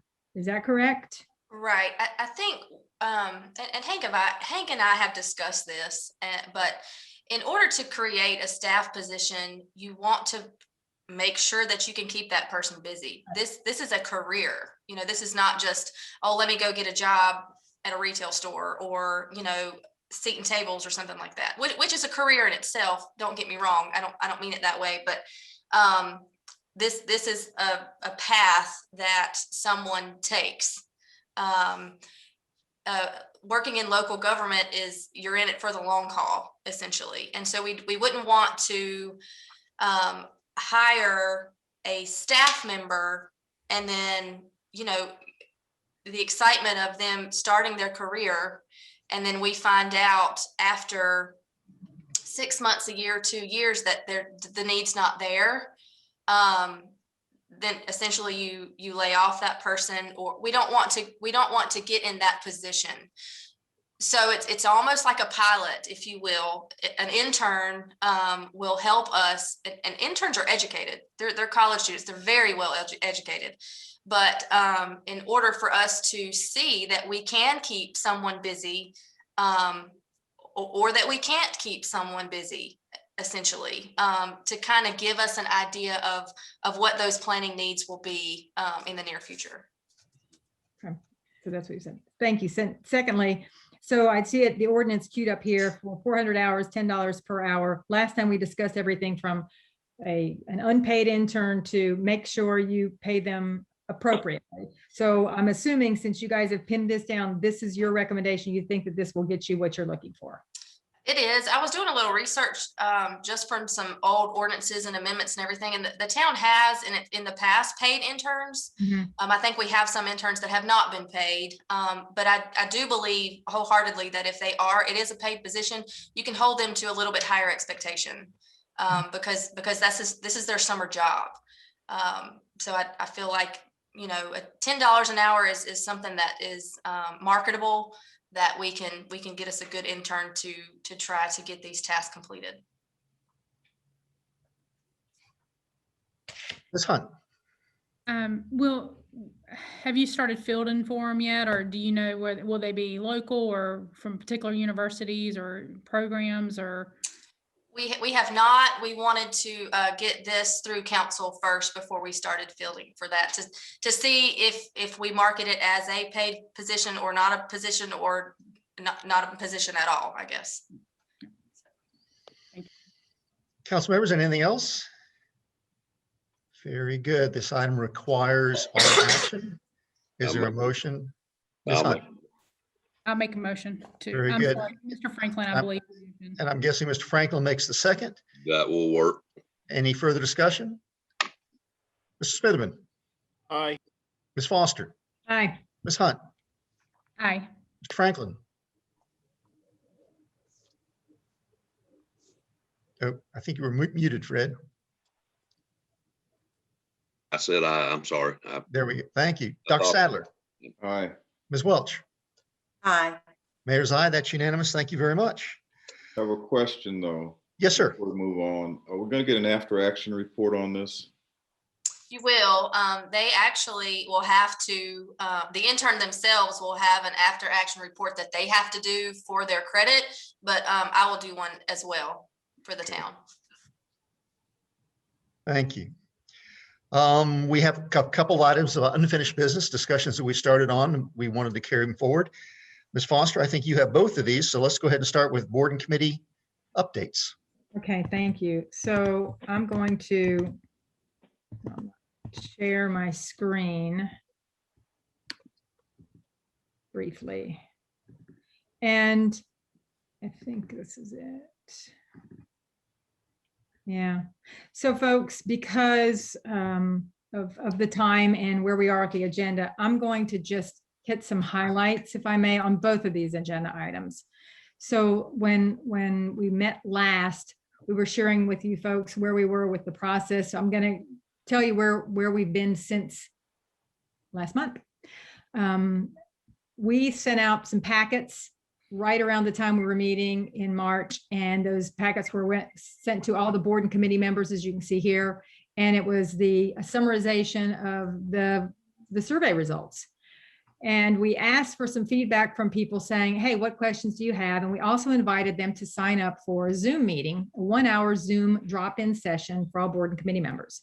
What ended up happening is we got 11 people who signed up, and luckily these people didn't represent, they were a cross section of each and every one of our boards and committees. So the work group, we put our heads together and said, you know what, maybe it makes sense to be more efficient with our time and with their time is if we had one session instead of 3 sessions offered during this time period. So we had our first one March 29th, which was just Monday. And so there were 16 of us in total. And basically, before I continue to move down, I can tell you this much. The group, we had about an hour and a half, and Stacy, Hank, Joyce, you can speak up, but again, I want to try to be quick in our update because we can send this out to you going forward for the council. But we reviewed those 5 components we shared with you last time, which were the categories that we heard as themes coming through loud and clear on the survey, which was we want to be oriented at onboarding and training, not just when we start, but throughout our process. We want, well, we as a council, especially I think the mayor was particularly interested in, is how do these people feel appreciated? Do they feel like they're doing meaningful work? So we checked in on that. Communication, do you feel like you're getting communication? How's it going? Do you understand your role, the scope, the charter of what you're expected to try to get accomplished? And do you feel supported by council and staff? So we reviewed those 5 very, very briefly, and then we started to drill down a little bit. So next steps, by the end of April, I won't go here for a second, but maybe I should stop sharing. That could be a little distracting. So those 5 components that we reviewed, we drilled down on a couple of them. And what really popped out, because we did this as, Mike, you might appreciate this, Mayor, as sort of a mini focus group, if you will. I say that in the broadest of terms. But we let them talk. We just let them tell us what they thought, what they needed, what their frustrations were. And we used the survey to be our springboard to that. And the highlights were communication, communication, communication. They want to better understand their roles, whether they're a chair or a vice chair. Each board or committee felt a little differently about the clarity of their role. But in general, they just really felt like they wanted to be able to communicate up the line, down the line. They wanted to understand what their staff liaisons role was in terms of the communication. Some boards and committees don't have a staff liaison. They wanted to be clear about what they could do to feel empowered versus what the staff feels like they should be able to do and are required to do. So we had, some of those components of what do we do with this? And it was, by the time we were done, everyone was very excited, very interested in having some ongoing discussions, and they were ready for us to make some recommendations to council in terms of what they want to see happen next. So that just happened Monday night. We'd like for you all to give us an opportunity as that work group to get ourselves together either next week or the week after that. And that's Joyce, Stacy, myself, Hank, and Jeannie, to bring to you their very strong requests and recommendations, which also incorporated how they want to be appreciated. So that's where we are, folks. Does anybody else have any other comments who was there on the 29th? Hank, Stacy, anybody? No questions?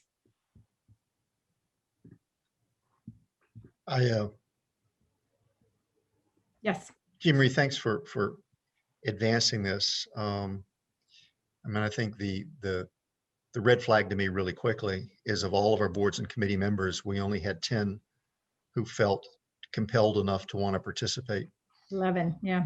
Yeah, and so that's a huge red flag in this process. So the more you can accelerate the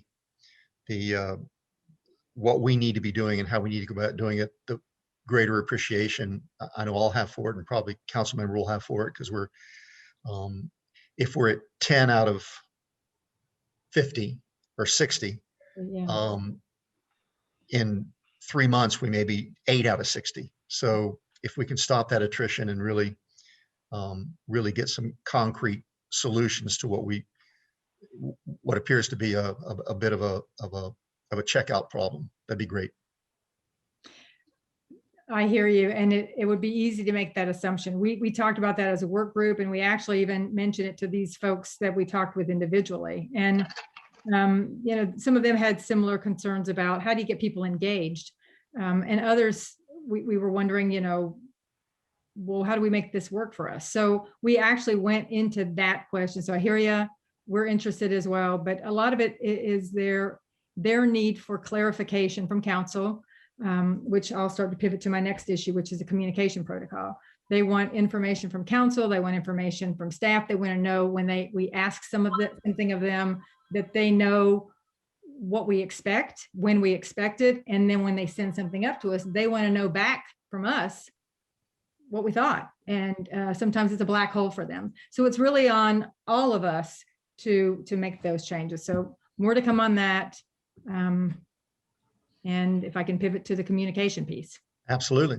Okay, so the communication protocol, this is just in follow-up to something that I've talked about at the retreat, and I think it was last meeting, Mayor and I talked briefly today about this. And it's funny, in preparation for a lot of the stuff that was on the agenda for this evening, I started to focus in on my own challenges. A year and a half ago, we went to a retreat in Boone about, here's what you need to know as a new council person. Here's what you do communication wise. Here's what you don't do. And it was a one-time shot, which is great.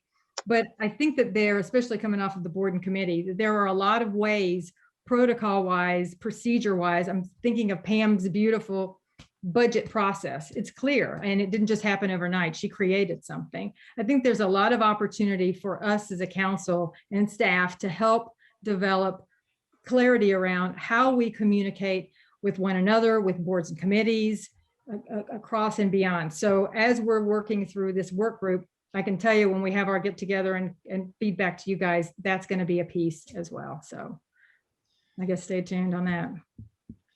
Mayor. Very good. Any questions for Jean Marie? Thank you. Full speed ahead. Hank, manager's report, please. Yeah, I'm going to do a couple of things. The RFLOI that you see is request for letters of interest. We have two projects. Stacy was in charge of one project. I was in charge of the other. These are both transportation projects. The first one is the RFLOI for construction inspection services, or what we refer to in short term as CEI. This will be for a firm that will be hired. They would be in charge to oversee the construction of the Gateway project when it gets under construction. We are waiting for construction authorization from the North Carolina Department of Transportation, which at this point, according to their 3 to 5 week turnaround on when that authorization could come, could be at any point at this point. The CEI firm is somebody that we want to, or a firm that we want to have on hand that the town hires that will go and be the town's oversight, working with town staff to make sure that the project construction is done correctly in accordance with the plans and in accordance with the requirements of the Federal Highways Administration and the North Carolina Department of Transportation. We had that project, or the request for letters of interest, that was made available last week on the 26th, which was Friday. And long story short, we're going to have firm selection and notification on May 24th for that project. That will probably beat the time for the construction of the project, in time to have this CEI firm available for the pre-construction conference with the selected firm once they are selected for the construction of the project itself. The second project is our roundabout project at the intersection of Louisville, Vienna, and Robin Hood Road. We refer to this as a tip number for the DOT. It's U6154. This is the one that Stacy put together. The issue date was available today. This is for PE, which is basically professional engineering firms. These are the folks that we will hire as a town to look at that intersection, look at the roundabout, and do the design work for that facility to be installed by the town. This is a locally administered project. This is one of those 80-20 split situations. That project was made, or the RFLOI was made available today, and the deadline for that, let's see, deadline for submission is April 30th. Then we're going to go through shortlisting and interviews with the firm selection by May 31st. So that is by way of update on each of these projects for council. Anyone have any questions? Fred?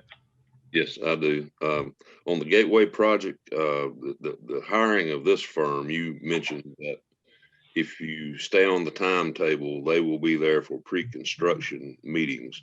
So that statement that you made, what kind of a time frame are we looking at for breaking ground on this project? That's kind of lengthy. That's going to be one of those things where it's another process where you get the this entire process takes about a month. You put out the RFLOI, you allow for people to ask questions, you submit answers to those questions, and then finally you receive the bid for the construction of the project. I'm going to say from the time that you authorize or you put the project out for construction, from the time that you're opening bids, is about 4 weeks. I guess what I'm trying to get my brain around here, if you will, is when will the section between Shallowford and Williams to the bridge construction start if we stay on schedule? When's that impact? Yeah, well, from my memory of those other two projects, once you select the firm, then you have to go through the process of contracting with them and making sure they've got all the necessary paperwork in order. That's going to take some time too. I'd say sometime early summer. Okay, well, that's all I was asking for. Very good. Any other questions for Hank? Something that's not on your list here is that I know that you are aware, because I've talked to you, every one of you on the phone, that there has been interest expressed in the town at some point going. Hank, before you jump on that, let me back up just a little bit. You say that the roll on the floor laughing has gone out on the traffic circle. Yes, sir. It's already gone out. It was made available today. Made available today. Okay. What concerns me about this is today is April 1st. It is the end of May before we even have a firm selected. That's 2 months. I know there is a customary kind of process and that we go through, and everybody says we'll give everybody lots of time to do whatever, but we just need to try to figure out a way to accelerate this process. Absolutely. I've never in my business, and I guess maybe I'm the only one that was involved in action, maybe Jean Marie, you were, and actually having to submit a bid for a project. We never had 2 months, ever. We had 2 weeks to respond to our interest, and we had 2 weeks from that point on to submit a proposal. So I don't think government really needs to be that much different unless there are regulations that require us to do that. So anything you can do to advance the process. That's correct. I mean, there's things that we can do, and then there's things that we're slave to. I mean, the first that I just told you was we've submitted, say, 3 weeks ago for construction authorization on the Gateway project. The DOT's response is that thank you, we'll look at it. This customarily takes 3 to 5 weeks. So this could take next week. It could take a week after. So we do things and we submit, and then we are a slave to the DOT in that process for them as well. And we poke them. The engineering firms say, how's it going? Sometimes they respond and act appropriately faster, and sometimes it's just, we're not there yet. But I certainly understand what your comment was, Mayor. Thank you. Sure. Anyone else? Very good.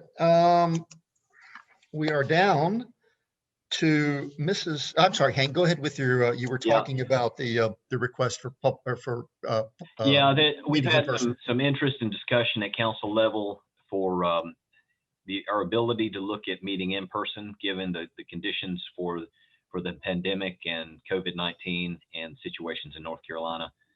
And all I can say with that right now is the long and the short of it is that the message we got from me polling all the members is that they're not opposed at looking at that, but they want to do it right. They want to make sure that notices are done for the public in a way that they're easily understood, not confused about it. We are going to, at staff level, take a look at how we may make that happen. And given the realities of the room size and how we get things done, it could very well be a hybrid. I don't want to talk too much or spend a lot of time with council talking about ways to do that this evening. But we're going to come back in the very near future and bring back ideas that might allow us at some point in the near future, or when the council feels it appropriate, to get back to some sort of in-person meeting for the group. Yes, ma'am. Can you define near future for me, please? 30 days. Thank you. Yep. Very good. Ms. Foster, yes, ma'am. And maybe Bo can answer this. We're still considered in a state of emergency, correct, Yes, Mayor? Okay. And even though there were legislation that just came out in the North Carolina House, that doesn't change anything? Which legislation are you referring to? I think the legislation you're talking about that's prospective Okay. about what might happen in the future, but that legislation is not legislation yet. It's a bill. Okay. Still on it's been passed, but subject to veto. But it would. Thank you. You answered it. Prospective. Thank you, Bo. Okay. Mr. Smitherman.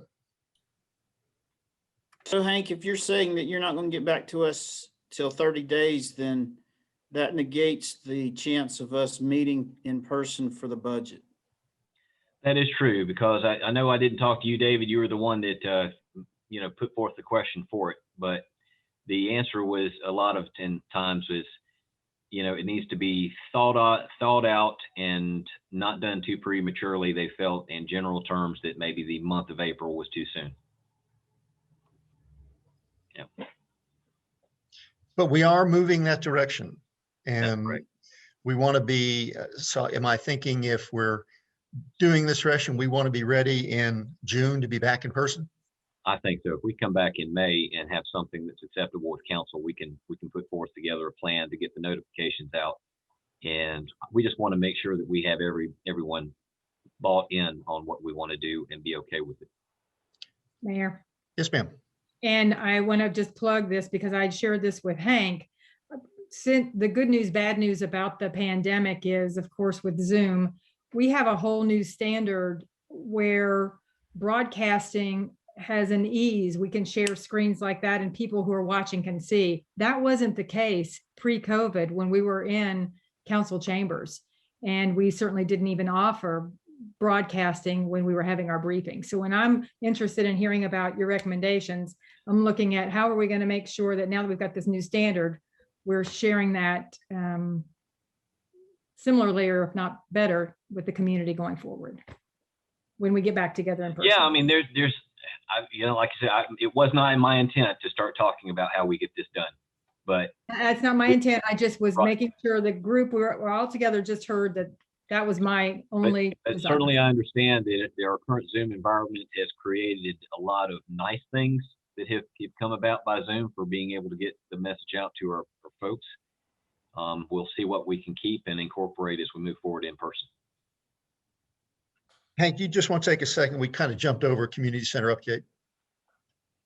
Oh, yeah, okay. For the community center update, not everyone, but I think we had a contingent of town council that was available earlier in the week, or I guess it was the end of last week, wasn't it, Mike? To take a tour of the current progress for the building. Everyone sees that the building is under roof at this point. The group that joined us on that tour had a guided tour from the construction superintendent who walked us through each of the rooms within the facility and kind of got an eye for how the building's laid out. And I would say that the mayor probably was a bigger tour guide for the tour than anyone else for the group. So and that was very appreciated. I think it's making great progress. We are in the process of finalizing furniture for the building and getting our own private contractors involved with getting the work done for the facility as well. And we have, Hank, I'll just kind of come back on that and make sure we touch base. I think Mr. Smitherman had an opportunity tonight to look at the recommendations from the design person for the furniture. And he was very excited. Tomorrow, Ms. Hunt had an opportunity to look over his shoulder at that same time, and she was very excited. Tomorrow, Ms. Welch will come in. That's our group that you all have appointed to kind of go through and make some determinations on this. And we'll meet at 9 o'clock. And I think you all are going to be really, really, really, really pleased. I was going to ask if the mayor who was going to do that because we were closed. Offices are closed tomorrow. I'll be here with Ms. Welch. Okay. Jane, you don't take tomorrow off, do you?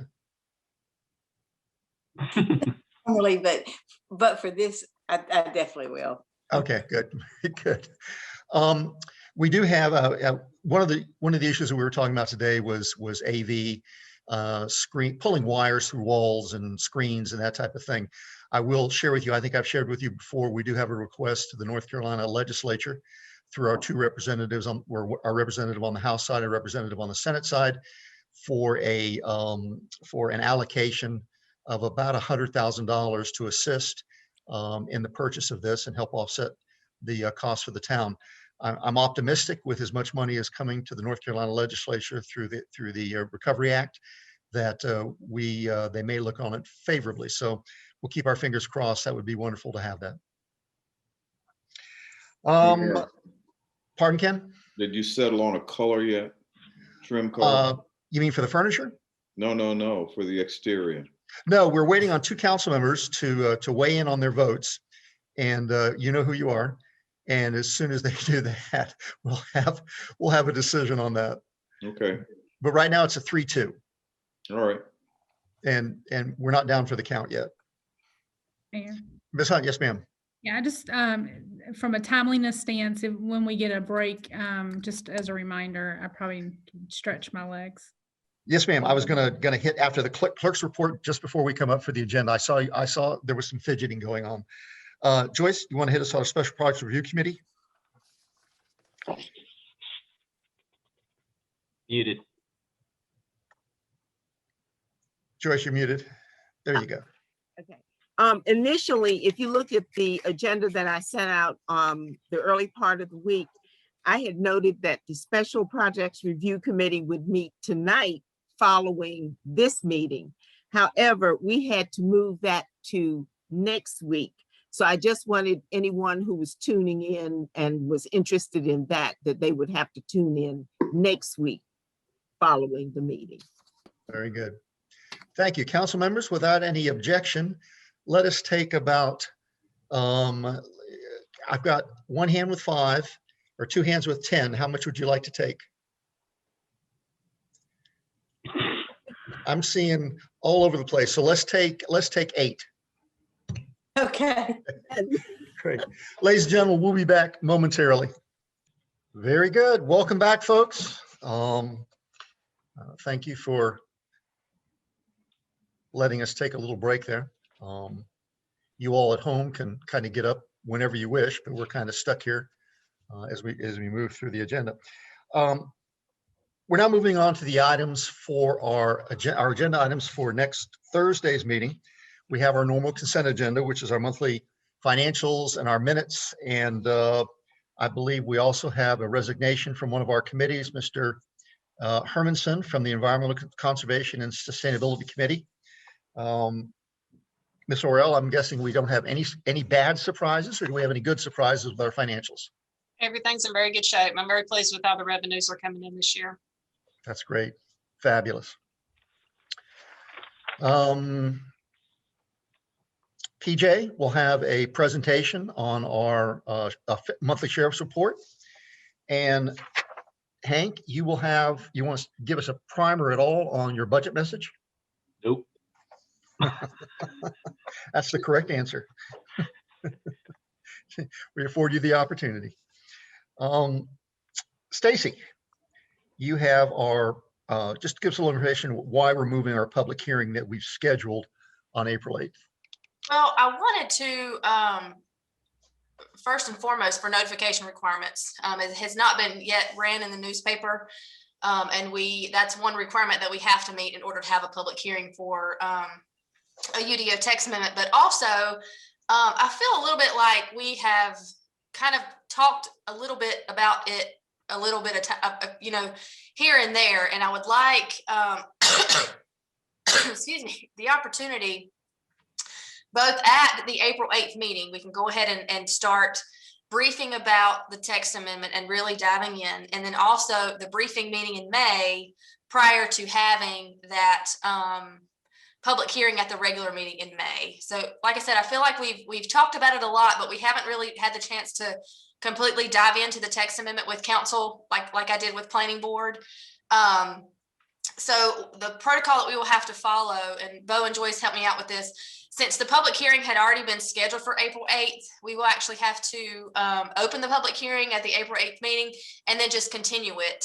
Not to hold the public hearing, but we can go ahead and dive into that text. So you guys will know exactly what's changing, exactly what's going to be taking places and what the new regulations are, what we've added to the ordinance at that meeting. Did you say that it had been advertised or not advertised, Stacey? But it has not been advertised in the paper yet. We set the public hearing at the March, that meeting that I was coughing my head off and I was not in full mind there, but so we set the public hearing for April 8th, but it has not yet been advertised in the newspaper. If we can't meet that publication deadline, then we can't even begin the public hearing. That's what We'll have to. Right. But we're going to meet that deadline, right?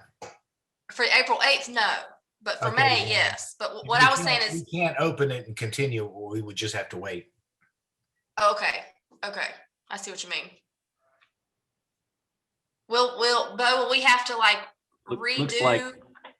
It looks like next week we need to set a new resolution calling for a new public.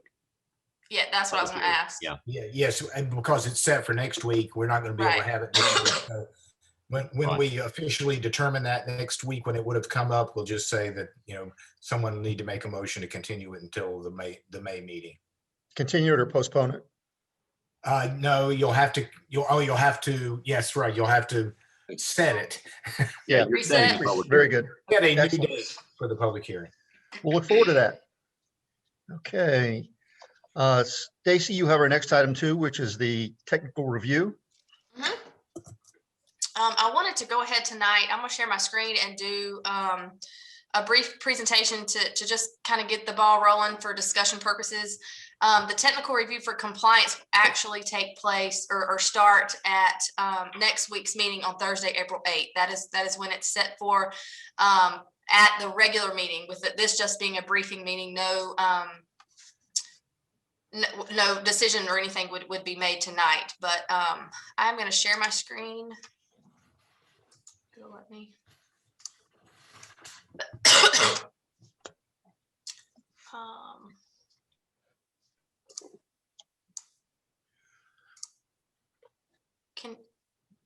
What does that look like to you guys? You see notes?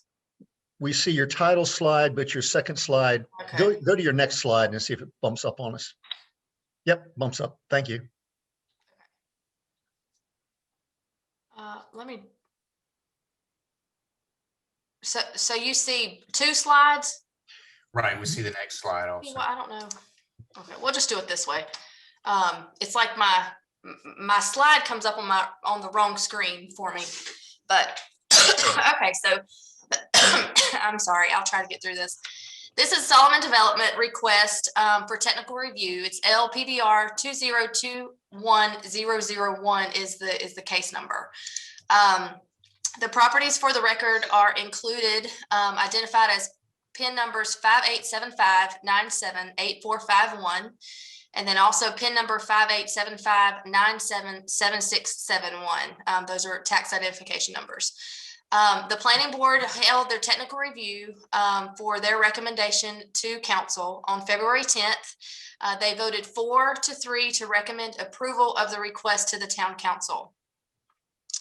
I wanted to hit some highlights tonight about the request. It does include 39 multifamily units combined with a restaurant situated in a 2-story building. Each unit is proposed to have a mezzanine or loft area within the unit. Parking is to be proposed below grade in the parking deck and to the rear of the building. It will be served by public water and sewer. The total acreage with the combined lots is 1.56 acres.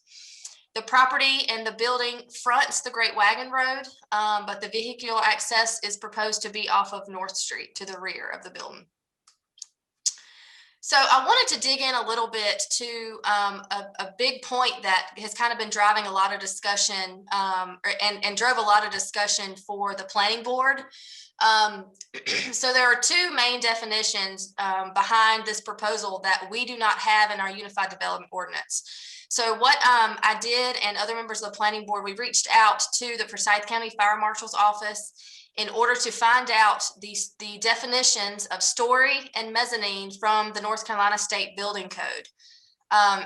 So you can read here, a story is that portion of a building included between the upper surface of a floor and the upper surface of the floor or roof next above. And also included is basement, building height, grade plane, and mezzanine. A story is measured as the vertical distance from the top to top of 2 successive tiers of beams or finished floor surfaces. And for the topmost story, from the top of the floor finish to the top of the ceiling joist, or where there's not a ceiling to the top of the roof rafters. That is a mouthful to me. But that is the definition that is located in the North Carolina State Building Code that they go by in order to determine stories whenever they are reviewing plans or inspecting buildings. For mezzanine, that is an intermediate level or levels between the floor and ceiling of any story, and in accordance with section 505, which is a different section of the North Carolina State Building Code. So next, this proposal is twofold. There's a site plan review. Yes, sir. Would you tell us, just so I'm clear, what is a mezzanine? A mezzanine is like a loft area inside of an apartment unit. Okay. It would not span the entire floor. It might just be like a little loft area that a bedroom might be up there, or study or something like that. It is within the story, but it can be like a little loft area is the way that it's been explained to me. And it will be open out. It won't be an enclosed mezzanine. I guess it would be a mezzanine anymore. I don't know that for sure. I don't know that it has to be open in order to be still considered a mezzanine, simply because it can be an intermediate level in between those floors. Okay, thank you. So again, this is twofold. There's a site plan review, and then there's also a elevations review. So in the site plan review, if you remember, this is the second time, obviously, this has come back before us. There have been no changes made to the proposed site plan from the previous submittal. That site plan was denied by council.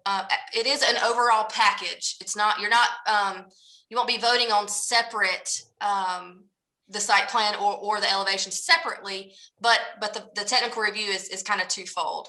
So the number of units remain the same. This one is also 39 units as previous. Parking calculations and impervious surface calculations remain the same as well. And I didn't put it in here, but the square footage of the restaurant remained the same as well. And access remains to the site from North Street. So for the elevation plan review, the change that was made is in the elevations. The change was made to the number of stories. It now calls for 2 stories instead of the 4 stories that was originally proposed. These 2 stories are indicated by the licensed architect that is on the currently submitted plans.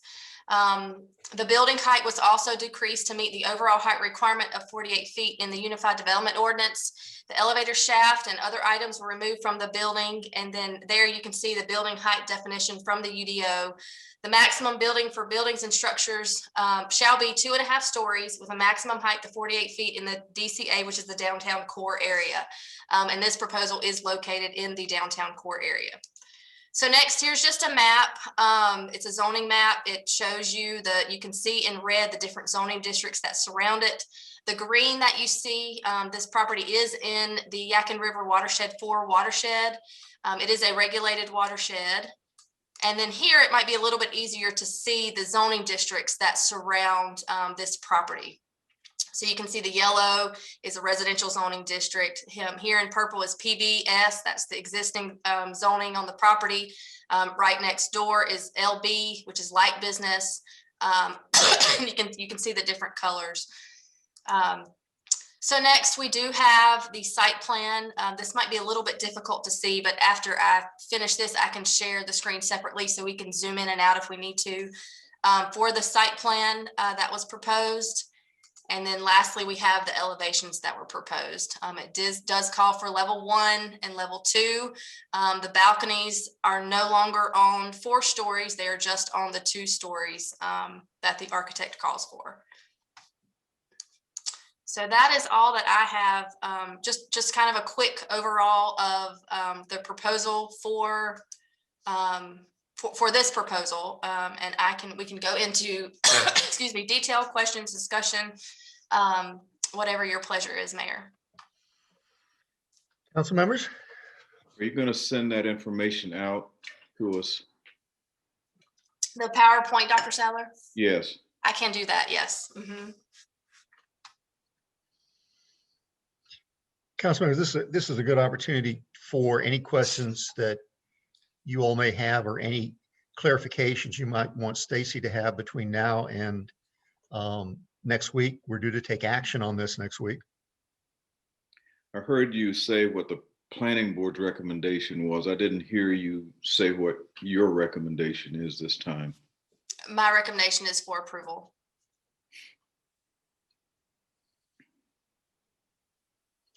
Stacy. Ms. Foster, yes, ma'am. Thank you. Parking. I'm sorry. Parking. Could you just address how this complies, or obviously it complies, but otherwise you guys wouldn't have approved it, to the parking ordinance? Right. When we take a look at different uses in a structure or a building or on a property, those uses have to be the parking calculations. We go directly to the parking calculations table in the Unified Development Ordinance. So when we look at restaurant, the number of spaces is based on gross floor area. So we take that number and then we look at, if you'll notice on the site plan, it calls for the different units and the number of bedrooms in each of those units. So there may be 3-bedroom units, there may be 2-bedroom units, and there may be 1-bedroom units. On the site plan, there's a calculation for, but because in multifamily parking calculations, it tells us to go by the number of bedrooms. So like a 3-bedroom unit has to have so many spaces, a 2-bedroom has to have so many spaces, and so forth and so on. So we combine those 2 numbers.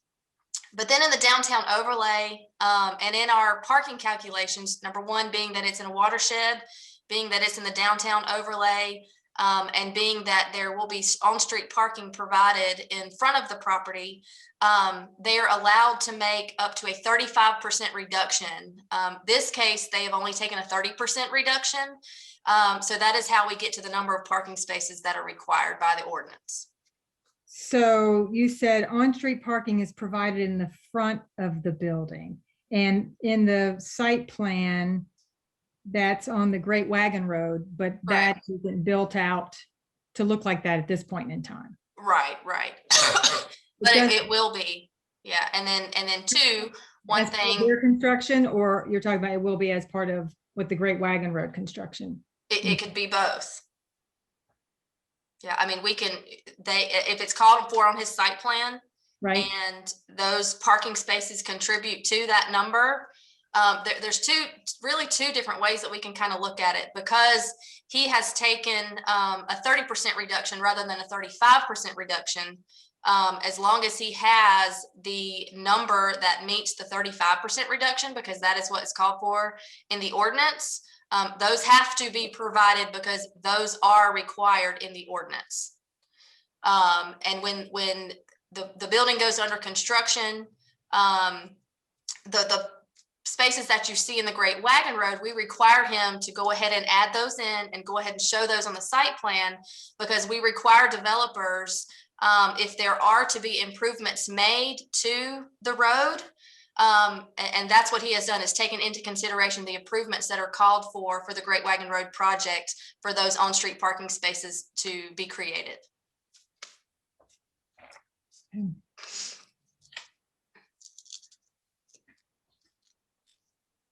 Members? The question that Jean Marie may have been anticipating asking, but talking about the access, the parking access on North Street as opposed to in any other means of access, and how that relates, given that it's in the downtown overlay. Right. So I was just trying to be clear. So the parking that's shown in front of the building is obviously not currently there. And so who's going to be responsible for making those parking spaces happen? You're saying, Stacy, that he's required to show what's going to be happening in the future per the Great Wagon Road plan, or that's what he's being held responsible for? Well, he's required to show that. Our ordinance requires that if there are improvements to be made, just like any other project that might come before us that's on an existing portion of Great Wagon Road, they have to show that on their site plan. Okay. So I guess it's kind of when does that take place? Right. The chicken or the egg, does the project come first? Does the Great Wagon Road come first? I think those things come into consideration as well. Okay. In either case, parking has to be available. Correct. Yeah. That meets the standards of the ordinance. Yeah. Council members, additional questions for Stacy?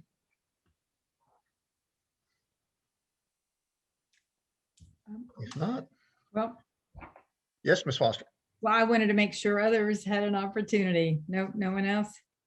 I'm wanting to hand Stacy a bottle of water, a cup of water, just. So I have a question that's not related per se to this technical review that I will be, digging into even more so over the next week, but more so a question, Stacy, about the planning board meeting. So I watched the planning board meeting on Zoom and caught something caught my attention and read the minutes, and I want to make sure I'm understanding something, because when I look at the minutes from the February 10th session, starting, I guess it was like line 147, and you all had a pretty detailed level of minutes where there was some dialogue between Mr. Scantlin and Mr. Lawson, and I can read through it, but it leads me to believe that there was a recommendation that be forwarded to council. So just hear me out here. Bill Scantlin said, line 147, but could you go back over that again about the interest from the developer? If I understood you correctly, the interest from the developer in having the discussion with council or mayor about alternatives to this. Lawson responds, but he did talk about a couple of different things like that could potentially make this something that would be a little more palatable to everyone. He certainly didn't seem locked in. Scanlon said, how do we, or how can we maybe help move that type of conversation forward or recommend that it move forward? Now, this has happened apparently after the vote. Lawson then says, and I pulled sort of the highlights. Well, I think you just did. We could ask Stacy, she will be at the meeting too, and she will share the vote, but she's also in a position to share not only the vote, but, you know, conversations like we're having here. So she could certainly share with them that. And I think we probably all feel that way, that if the developer is interested in having discussion, then it might be worthwhile for council. We've had projects in the past that we've moved through this body and on to the next one, where ultimately the project that was done was different altogether, just because there was some conversation and some negotiation. There are several that have worked out that way, and I think your point is well taken, Bill. And Stacey, you can pass that on to council. You know, that is our recommendation has been made tonight, but I think everybody feels like there may be some things that could be done that would make this better for everyone. So that's what caught my attention around what was the expectation that would be shared with council.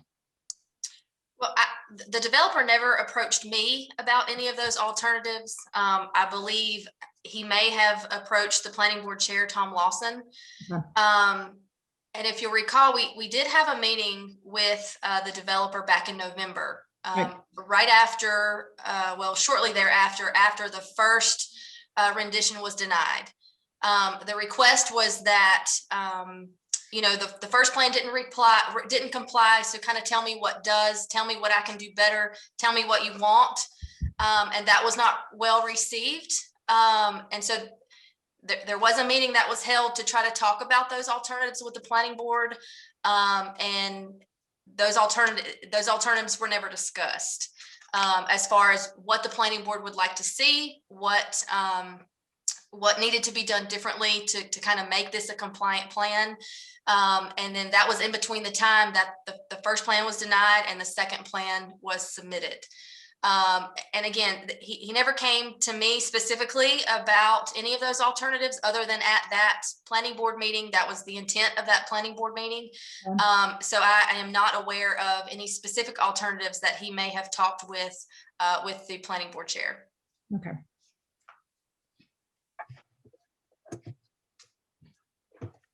Thank you. I think Mr. Smitherman, you had your hand up a moment ago. I just wanted to say, Stacy, at this current venture, it appears to me that all the boxes are being checked. And it is our due diligence then to pass if we choose to do that next week. Bo, that's a legal question. But I'm sorry.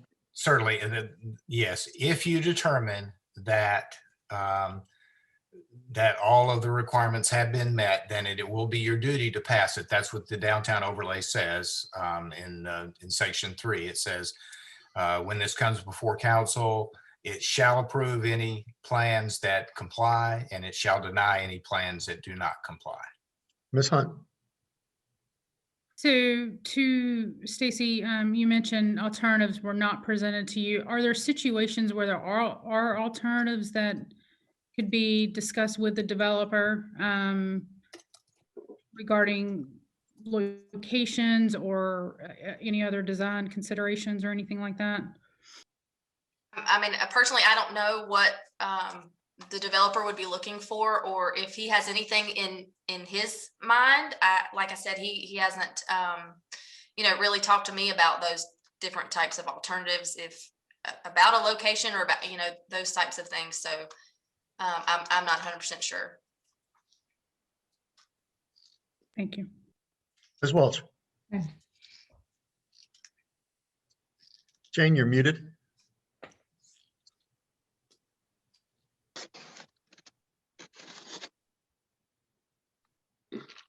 I'm going to read your fortune on your palm here in a second. Still. Oh. Jane, you're still muted.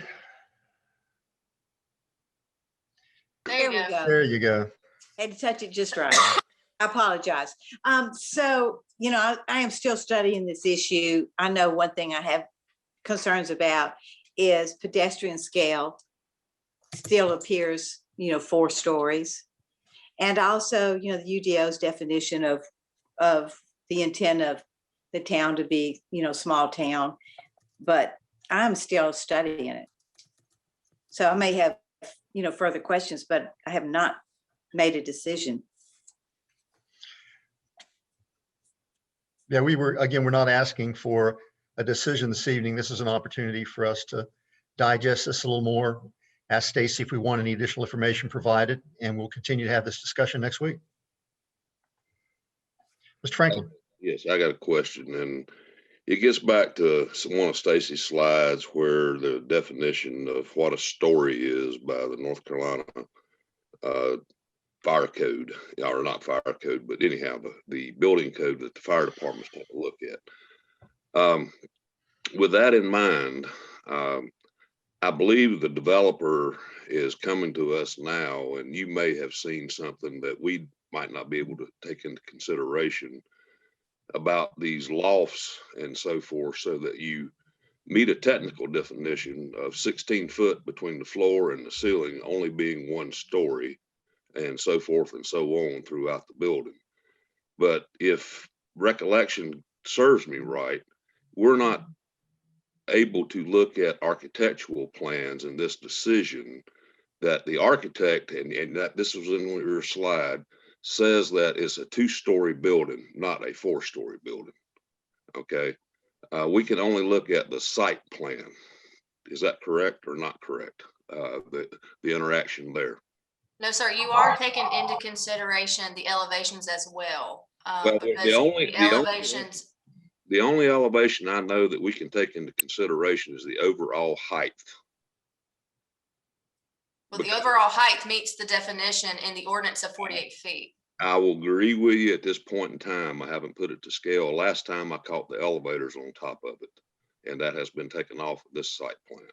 Correct. My point is they're coming in and now trying to say it's a 2-story building by their site elevations. It still looks like a 4-story building, but yet they're coming in and saying they're going to have lofts and so forth that we can't, in my mind's eye, we're not allowed to look at, and they're not necessarily held to that. And this developer has changed plans on us.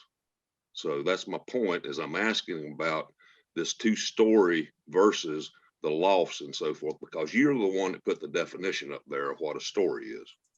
Right, they will be held to that standard because the elevations in the downtown overlay, the council is required to approve both site plans with landscaping and elevations. So whenever this goes, if it gets approved, when it goes to the city for building permits, it will go through commercial plan review, because multifamily is a lot of times considered commercial because of sprinkler systems and that sort of thing. It will have to go through that plan review, and the plan says the elevations say 2 stories. So if they come in with something that doesn't meet the North Carolina State Building Code for 2 stories, then they can't get a permit for it. If the license, the architect is putting his license on the line saying that it is 2 stories. We do not, as a town, take into consideration floor plans. And so that's what we have to go on, that they have submitted elevations that state that the plan is 2 stories per those building code definitions. But again, whenever they go for those permittings, if it doesn't meet the definition of those 2 stories, then they won't be able to get permits, and he won't be able to build it. Okay, so it's in the permitting process then. Correct. Exactly what gets approved through the town. Even in major subdivisions, if when we do technical review, like the one we did in the past of the Dab Road subdivision, if what they are proposing on that plan is not what they put on the ground, then they're in violation. They have to fix it. Or if what I send to them and what Joyce sends to them whenever they get approval from the town council, that's what they have on file. So when they have this file, when they come in to submit the floor plans and the architectural drawings and the construction drawings and everything to get a permit for this building, if it doesn't meet what I have sent them, they don't pass anything, and they don't get to get permits until it meets what the town approved.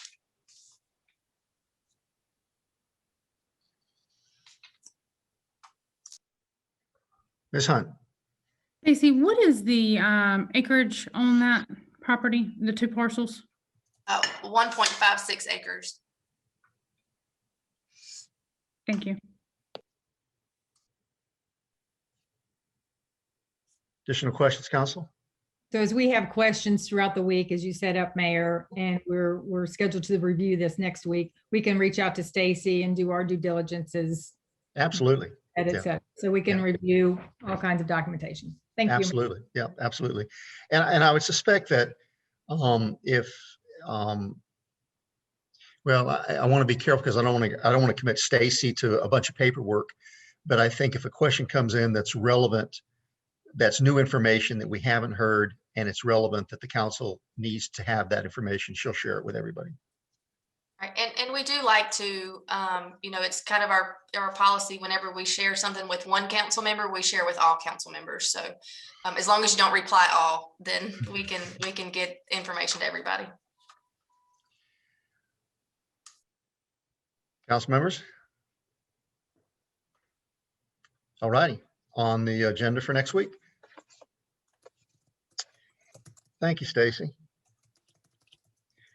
Ms. Walker, we are down to accepting a withdrawal of road dedication.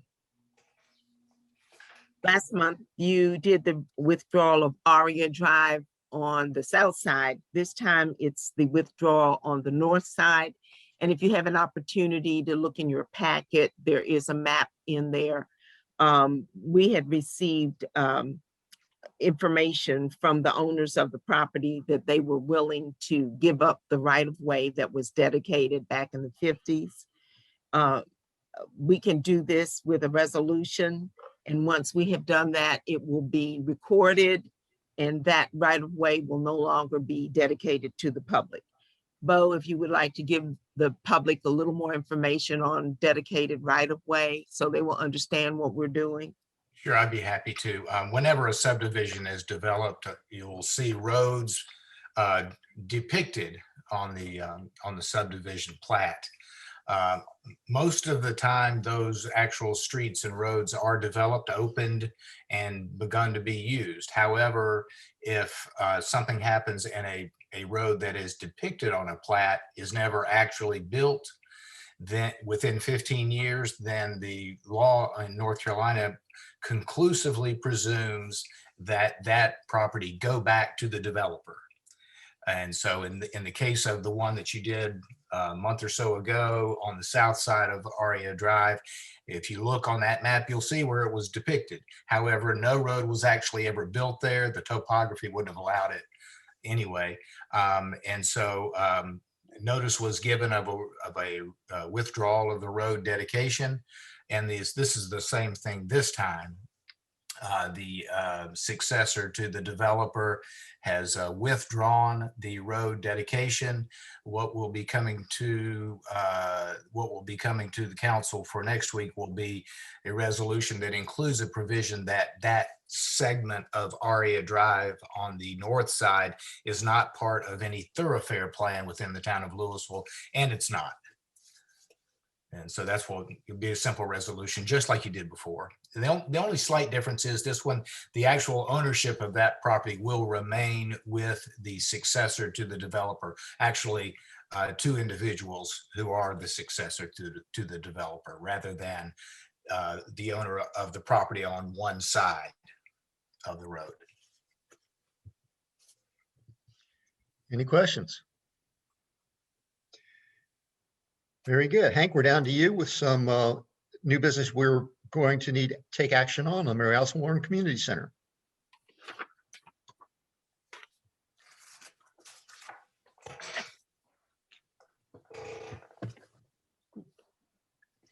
Hank, you're muted.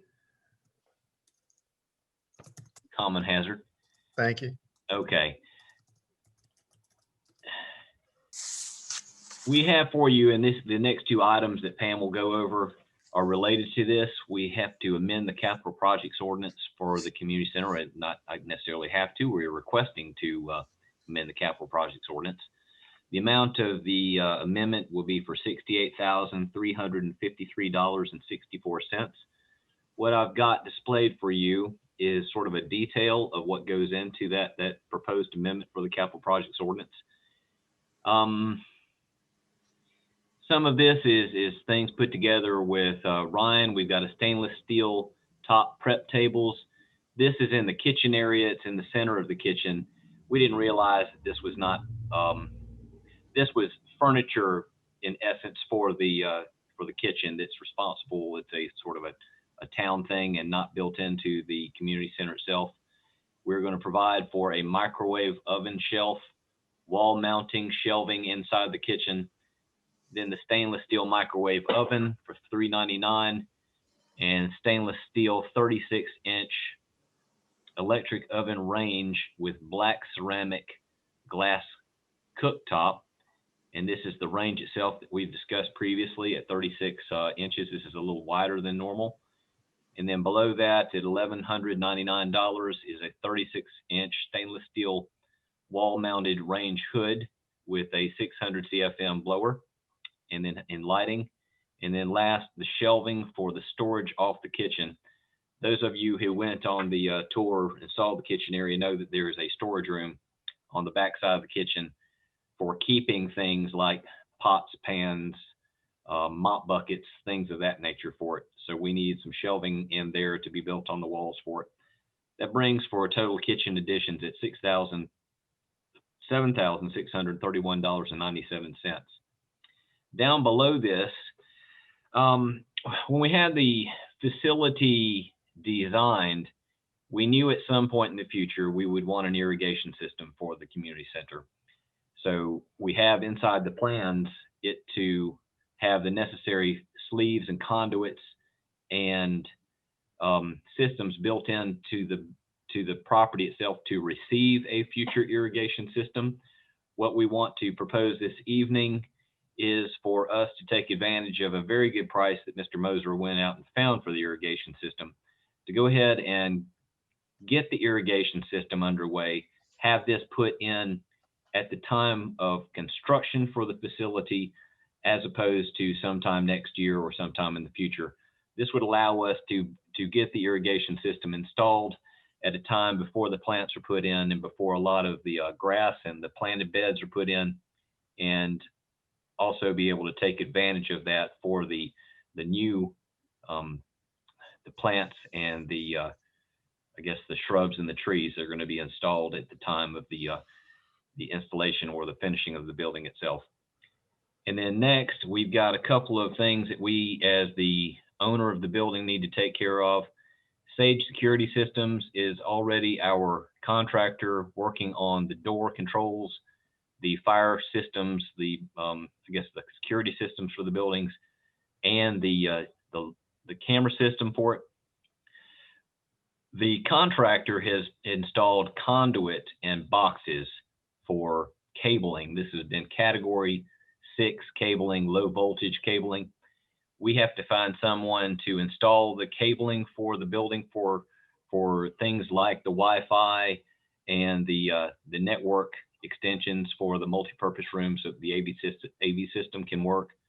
And then also inside the IT room, we will need a rack for the server room and the equipment necessary to tie in the fiber coming in from Charter Communications, and then to translate that into a signal that can be used by both the phone system and the computerized systems within the building itself. So Sage has got a quote for us for $6,358 to do the cable pulling for the package. We do think that this is going to be on the high side for it. We have some other contractors that are going to be involved with that we anticipate are going to do some cable pulling for itself.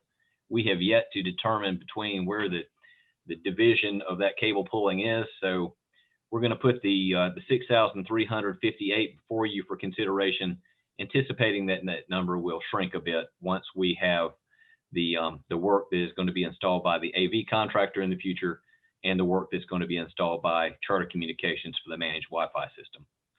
That would be the number for the cable pulling. And then lastly, we have already made a decision on the outdoor lighting with Duke Energy.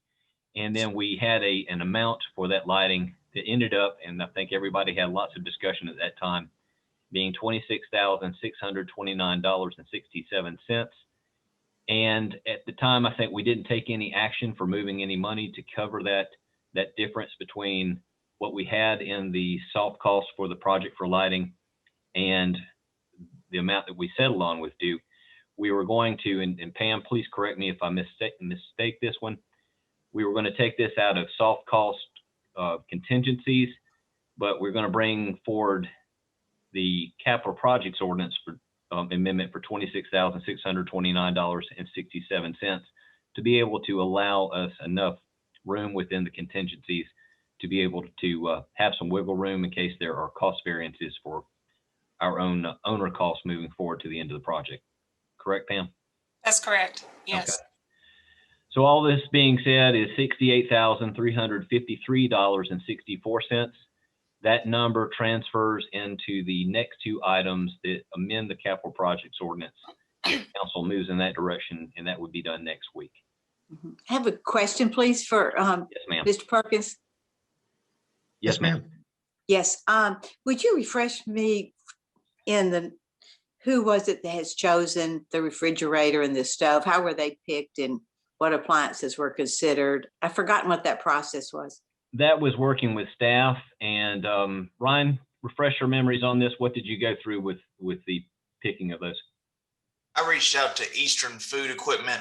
They're a local company that provides commercial grade equipment. Even though our kitchen's not commercial grade, we wanted to go with commercial grade equipment, and they provided me with the best cost.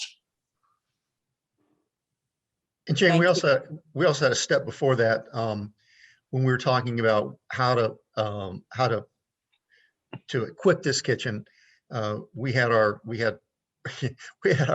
good friend Don McMillan, who has been in many kitchens, come in, and he spent about an hour with us going through the things that we should have. He suggested we take out some of the things that we were going to have. So he gave us his professional recommendation as somebody who does an immense amount of catering of the kind of equipment that we should need. Great. Thank you, Mayor. Yeah. Ms. Thank Hunt? you, Mayor. I had forgotten about that. In regards to the irrigation, by the way, nice presentation here, Hank and Ryan. Nice job on grabbing these numbers. On the irrigation system, is that including the ring up front where the trees are at, or is that just the perimeter of the building itself? It's let me share my screen for just 1 second, Hank.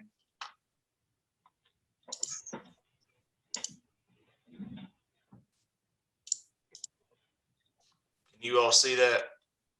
Mm-hmm. Okay, so it's pretty much going 30 feet beyond the back of curb, all the way around here, around the back of the building, around here, and then there's a buffer zone here, and we're going to have a temporary drip zone. So until these plants can get seasoned in, I'd say, they'll have adequate water. But yeah, so there's going to be irrigation in all of these islands, and 30 feet out from existing hard surfaces. Yeah, well done. Thank you. As well, there's going to be, so right now we have irrigation at Jack Warren Park. The controller is right here. The system that we're going to go with, that we're proposing, it still will be one system. So it's going to be a shared Jack Warren Park and Mary Alice Warren. Everything will be housed in the sprinkler room right here, and it will be a runoff Wi-Fi. So we won't have to actually go, if we decide we want to put water at any specific zone, David or myself or anybody in Public Works can simply go on their iPhone and just click a button and put water to it. It really, I think the cost of having to go out there and physically do it and doing it from Wi-Fi, it was a minimal fee of like $500 difference. So really, to me, it's a no-brainer. Any more questions? Thank you. Ryan, are we going to have a watering trough for the dinosaurs? Yeah, are they going to grow? I hope they don't grow any more than they already are. By the way, for those of you who don't know, the dinosaurs were removed from the Holder property by the generous benefactor, and they are now residing in his backyard. And he will hold those until we have the opportunity to go ahead and decide where we want to put them. And he's responsible for the care and feeding in the meantime. Mayor, Yes, ma'am. I'm so, this is off subject. Excuse me, everyone, but Ryan, you just said something that frankly, I got a little misty. You said Jack Warren and Mary Alice, and there was something about, I just saw this, the couple. And as much as I've referred to, oh, I'm going to Jack Warren Park, or, you know, I'm not there with the community center yet, but I don't know how we do it. Is it enough to just have the names, or somehow could we consider at some point in time a reference to them somewhere on this totality of the property? So I just. Well, now that you asked that question, Yes. We have been working with the heirs to try to go through all of their personal, but not the heirs' personal belongings, but Mary Alice's and Jack's personal belongings, to see if we can't find a couple of photos of them that we in turn will figure out an appropriate way. I'll suggest to you that it may be maybe the mantle over the fireplace in the community center would be a wonderful place to put their pictures. I don't think we're going to use portraits or any of that. I'm not sure what that is yet, because I don't have a feel for how this goes, and we'll get back with everybody and talk about it. And just a little story about how the park and the community center came about. And you got misty-eyed. Thank you very much. Pam, you want to walk us through the one clarification, Hank? Yes, sir. All these numbers are, we have how much allocated for soft costs in the original budget? Pam, you got anything on that? I don't know what the original budget was. I can tell you what the current budget is. Yeah, that helps. Yeah. $829,707 for soft Yeah. costs. Okay, so what we're proposing in these additions are not really additions to the budget. They are moving money from the soft costs in the appropriate places. No, this is actually an increase to the budget. Is it an increase to the budget? An Okay, increase to the soft costs, yes. okay. And only because, I guess, well, not only because, but for one reason is that we've allocated these by line item. So, you know, we don't move line item to line item. We try to accurately report the actual cost of all of these line item costs and not kind of muddle it up in one big pot of money. Franklin. Yeah, I'm sort of losing it here. I know that we had the soft costs that we just talked about, and Pam told us it was 800,000. I was thinking it was more in the range of 500,000. But then we had a contingency line item that was somewhere in the neighborhood of $180,000. That's right. That we had a special called meeting, if you will, several months ago, talking about a lumber package that was over $100,000. That there was debate about upon taking that out of the contingency fund, and we went ahead and approved more money in the overall budget for the building at that time. So I guess my point is here, before you chime back in, is when do we start drawing out a soft cost for chairs and kitchen items and things of that nature, and then still have a contingency over to the side versus pulling more money out of the general fund and putting it into the project overall budget? I guess I'm trying to follow where it's going here. Okay, basically though, the $180,000 that you talked about being a contingency, that is within the contractor budget for it. The soft costs that we are referring to now are costs that we knew that we were going to be responsible for and budgeted them as owner costs, things like the furniture for the building and things of that nature. So they are two different pots of money. So the 180 was a contingency that dealt with fluctuations up or down because we have already received a credit to that contingency line item for the building. They have to do with unanticipated costs related to the contract for the construction of the building. These costs that we're referring to now, and that $800,000 that Pam was talking about, were anticipated owner responsibility costs such as furniture and AV systems and IT. Okay, so some of the things you had on the list a minute ago was IT related, furniture related when you come to the kitchen. That's correct. I'm not sure how we resolve the chairs and the tables that we've already talked about, or whether we've actually ordered those yet and dealt with that. But I guess my point is, why do we keep adding money to the overall out of the general fund when we already have 800,000 in soft cost? And why aren't we not drawing down from that because we anticipated those costs? Well, I think, Pam, if you can come up with a better explanation, it's the line item nature of how we allocated the cost. We went through these soft costs, and specifically, it's not one pot of money for $800,000. It's anticipated costs for each of these line items, what we think it would cost.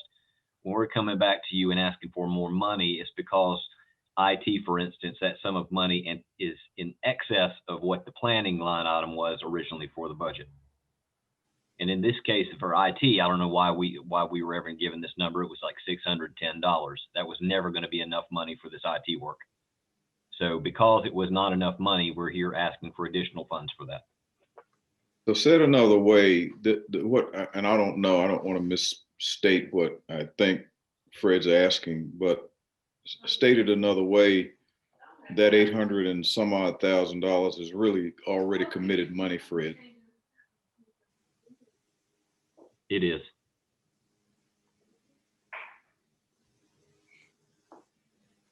The estimate of those line items is how that money is committed.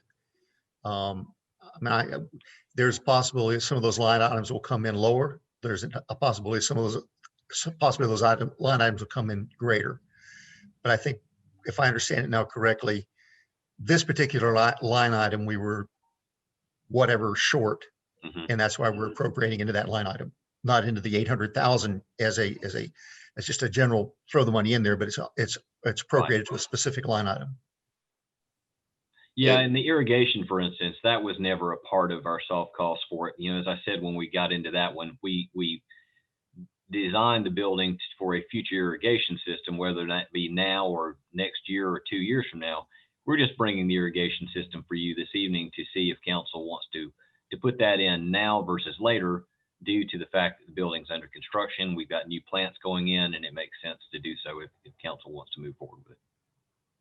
Just so I'm clear, am I hearing you say that these soft costs are not, I'm going to use another term that seems contrary to that, are not hard in terms of what will be spent on these particular items? These are, there could be a savings. Is that what I'm hearing? Is that likely that there will be a savings from that amount that's been budgeted for these soft costs? Without having the list in front of me, there may be line items where we have an anticipated amount where we don't end up spending the anticipated amount. We may have another line item that we anticipated spending X and it was X plus something else. But a budget, like we talked about before, is a planning document. We don't know when we're getting involved with this type of thing. You make your best guess and best estimates when you're trying to plan a project, but that's what it is. It's a guesstimate, sometimes hopefully a very educated guesstimate, but we don't at that point know exactly what that number is. We're saying based on similar projects in other places, this looks like a good budget for it. It's like furniture. You don't know, we put a number in it, but you don't know until you actually start looking at furniture what the furniture is going to cost. But you want to put an amount of money in there so you're not starting from zero on a project.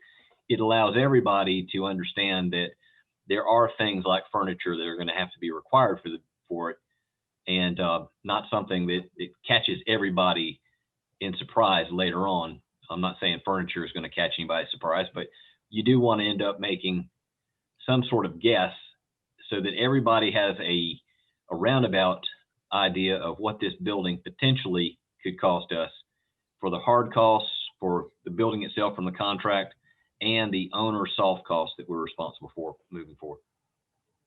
So you're just being cautious asking for this additional money. Is that what I'm When hearing? we come back and we're asking for additional money, it's because we now know how much it's going to cost. Yeah, I understand for those items you presented, you know how much they're going to cost, but for the Yes. soft cost of 800 and some odd $1,000, I think I thought what I just heard both you and the mayor say is that those costs could be less than what's Or in. more than, or more than. Well, if there's more than, and then it's, Can I give this a try? yeah, Yeah. sure. I have a budget for the community center, and basically it's divided into two parts. The first part is for our construction costs, which is our contract with Fairwoods. We know what that number is. The second part of the budget are the owner carried soft costs, the $800,000. Within that section, I have about 20 line items, different types of costs that I've grouped together. And every time I pay a bill, it goes in that spreadsheet. That way I can track that we're staying on target within those line items. Well, the amendment that Hank showed you a while ago, the spreadsheet, those are all costs that we know for sure are not in that budget. That's why we're bringing them to you, because if we paid these expenses, our budget would be overrun in certain line items. Now, when the community center is all said and done, it's built, some of those line items may come in under budget, and we hope they do. If any are going to go over budget, I want to bring that to your attention so that you know Right. we are going over budget. Because my goal is we will not go over budget with the community Right. center, because you'll be aware of any overages before they happen. Well, let's back to my original statement. My original statement was that the 800 and some odd $1,000 are committed. Yes, That's Exactly. all I was saying, Right. and that's why you've got to ask for this other money. exactly. Yes, sir.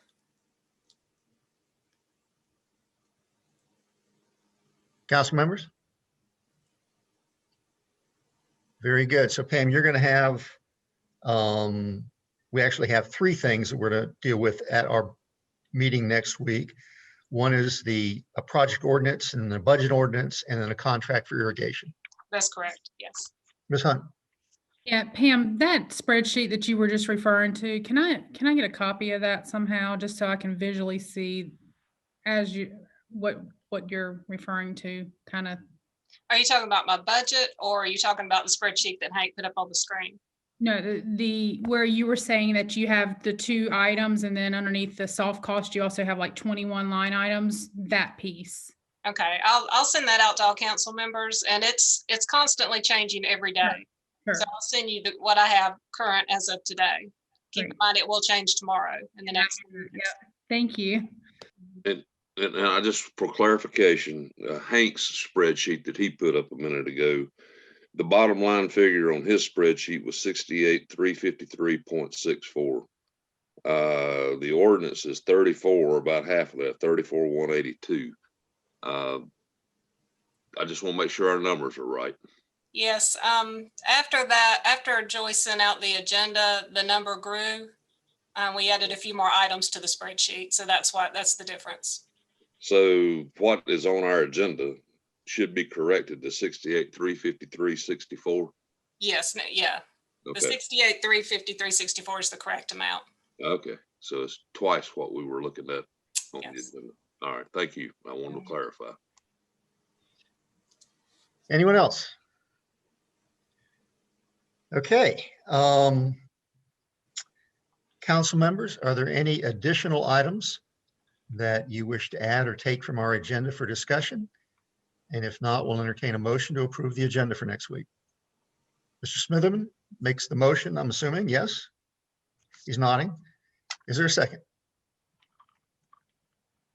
Dr. Sadler makes a second. Any further discussion? Mr. Smitherman, Aye. Mr. Franklin, Ah, Ms. Hunt, Aye. Ms. Foster, Aye. Ms. Welch, Aye. Mayor's aye. That's unanimous. Thank you very much. You don't like me, Mayor? Did I miss you? Yeah, I called you for the second, but I missed your vote. Dr. Sadler. Aye. Okay, very good. Then now it truly is unanimous. Thank you. Council members, we are going into closed session here in just a few minutes, and I'll explain to our viewing audience, or one of them out there, what that means. And, but do we have any comments, any thoughts before we get ready to go into closed session? Mr. Smitherman? I just want to say to everybody that even though today is April Fool's Day, there's nothing that I'm going to fool you about. But I wanted to say I hope that you all have a wonderful Easter. I also want you to be thinking about what's coming next week. Hank will bring to us the budget, and then we will start working on it. Just remember our place, what we're here to do. We hire our staff to do a job for us. We're elected by the people of this great town to represent them. Let's not rework what they've done. Let's just do our due diligence and get through the budget. Thank you. Thank you, Mr. Smitherman. Council members, any other comments? Ms. Welch? Yes. I had a question, please, for I think our town manager. I came to the town hall earlier this week to pick up a couple of things, and I couldn't get in the building. Stacy came out and she said that they were replacing that, and I'm wondering, will we have different entry numbers now, or what's the status of Ma'am, that? you should have the same codes. I think Melissa tried to get in earlier this evening and her codes weren't working. So if your codes don't work, we'll take note of that and see what we can do to make sure that helps out. There is a slight bit of a difference in the way that the doors open and shut as far as the security system, but it's not that big a difference. We'll make sure everybody understands how it works. Okay. Your code. Note on that, Jane, Yes. when you put your 4-digit code in, you have to push the arrow key at the bottom. I found that out the hard way too. Oh, So- okay. And So so information. when Ms. Hunt couldn't get in, was that an excuse for her to kick the door in? She Part of did, it.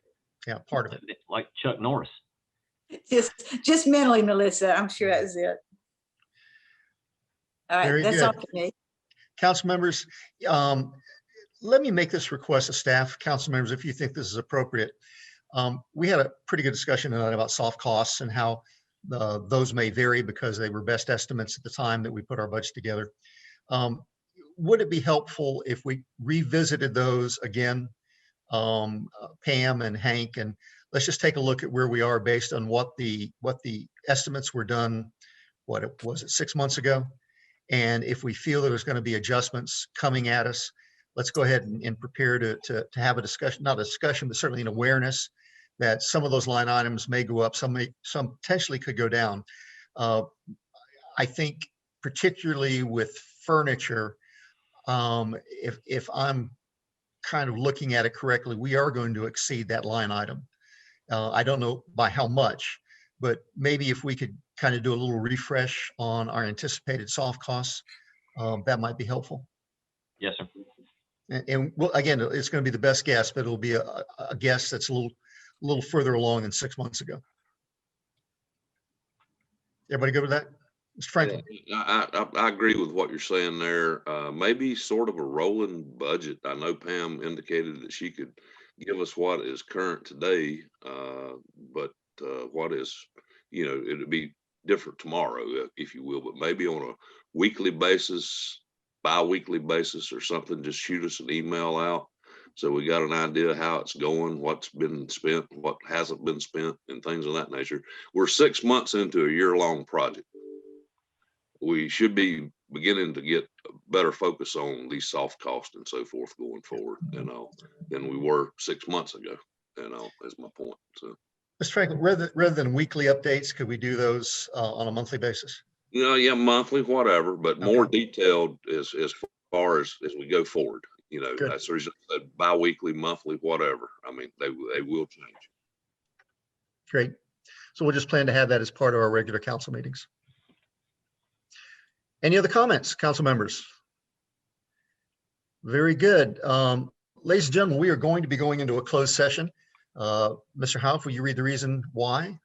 Yes, I was asked to prepared. The motion would be to go into closed session pursuant to North Carolina General Statute 143-318-11A3 to consult with an attorney employed or retained by the public body in order to preserve the attorney-client privilege between the attorney and the public body, which privilege is hereby acknowledged. Very good. That is before we have the motion in a second, again, ladies and gentlemen, we will not have any action coming out of this closed session. The council will just basically have an adjournment. We won't really have any other discussion.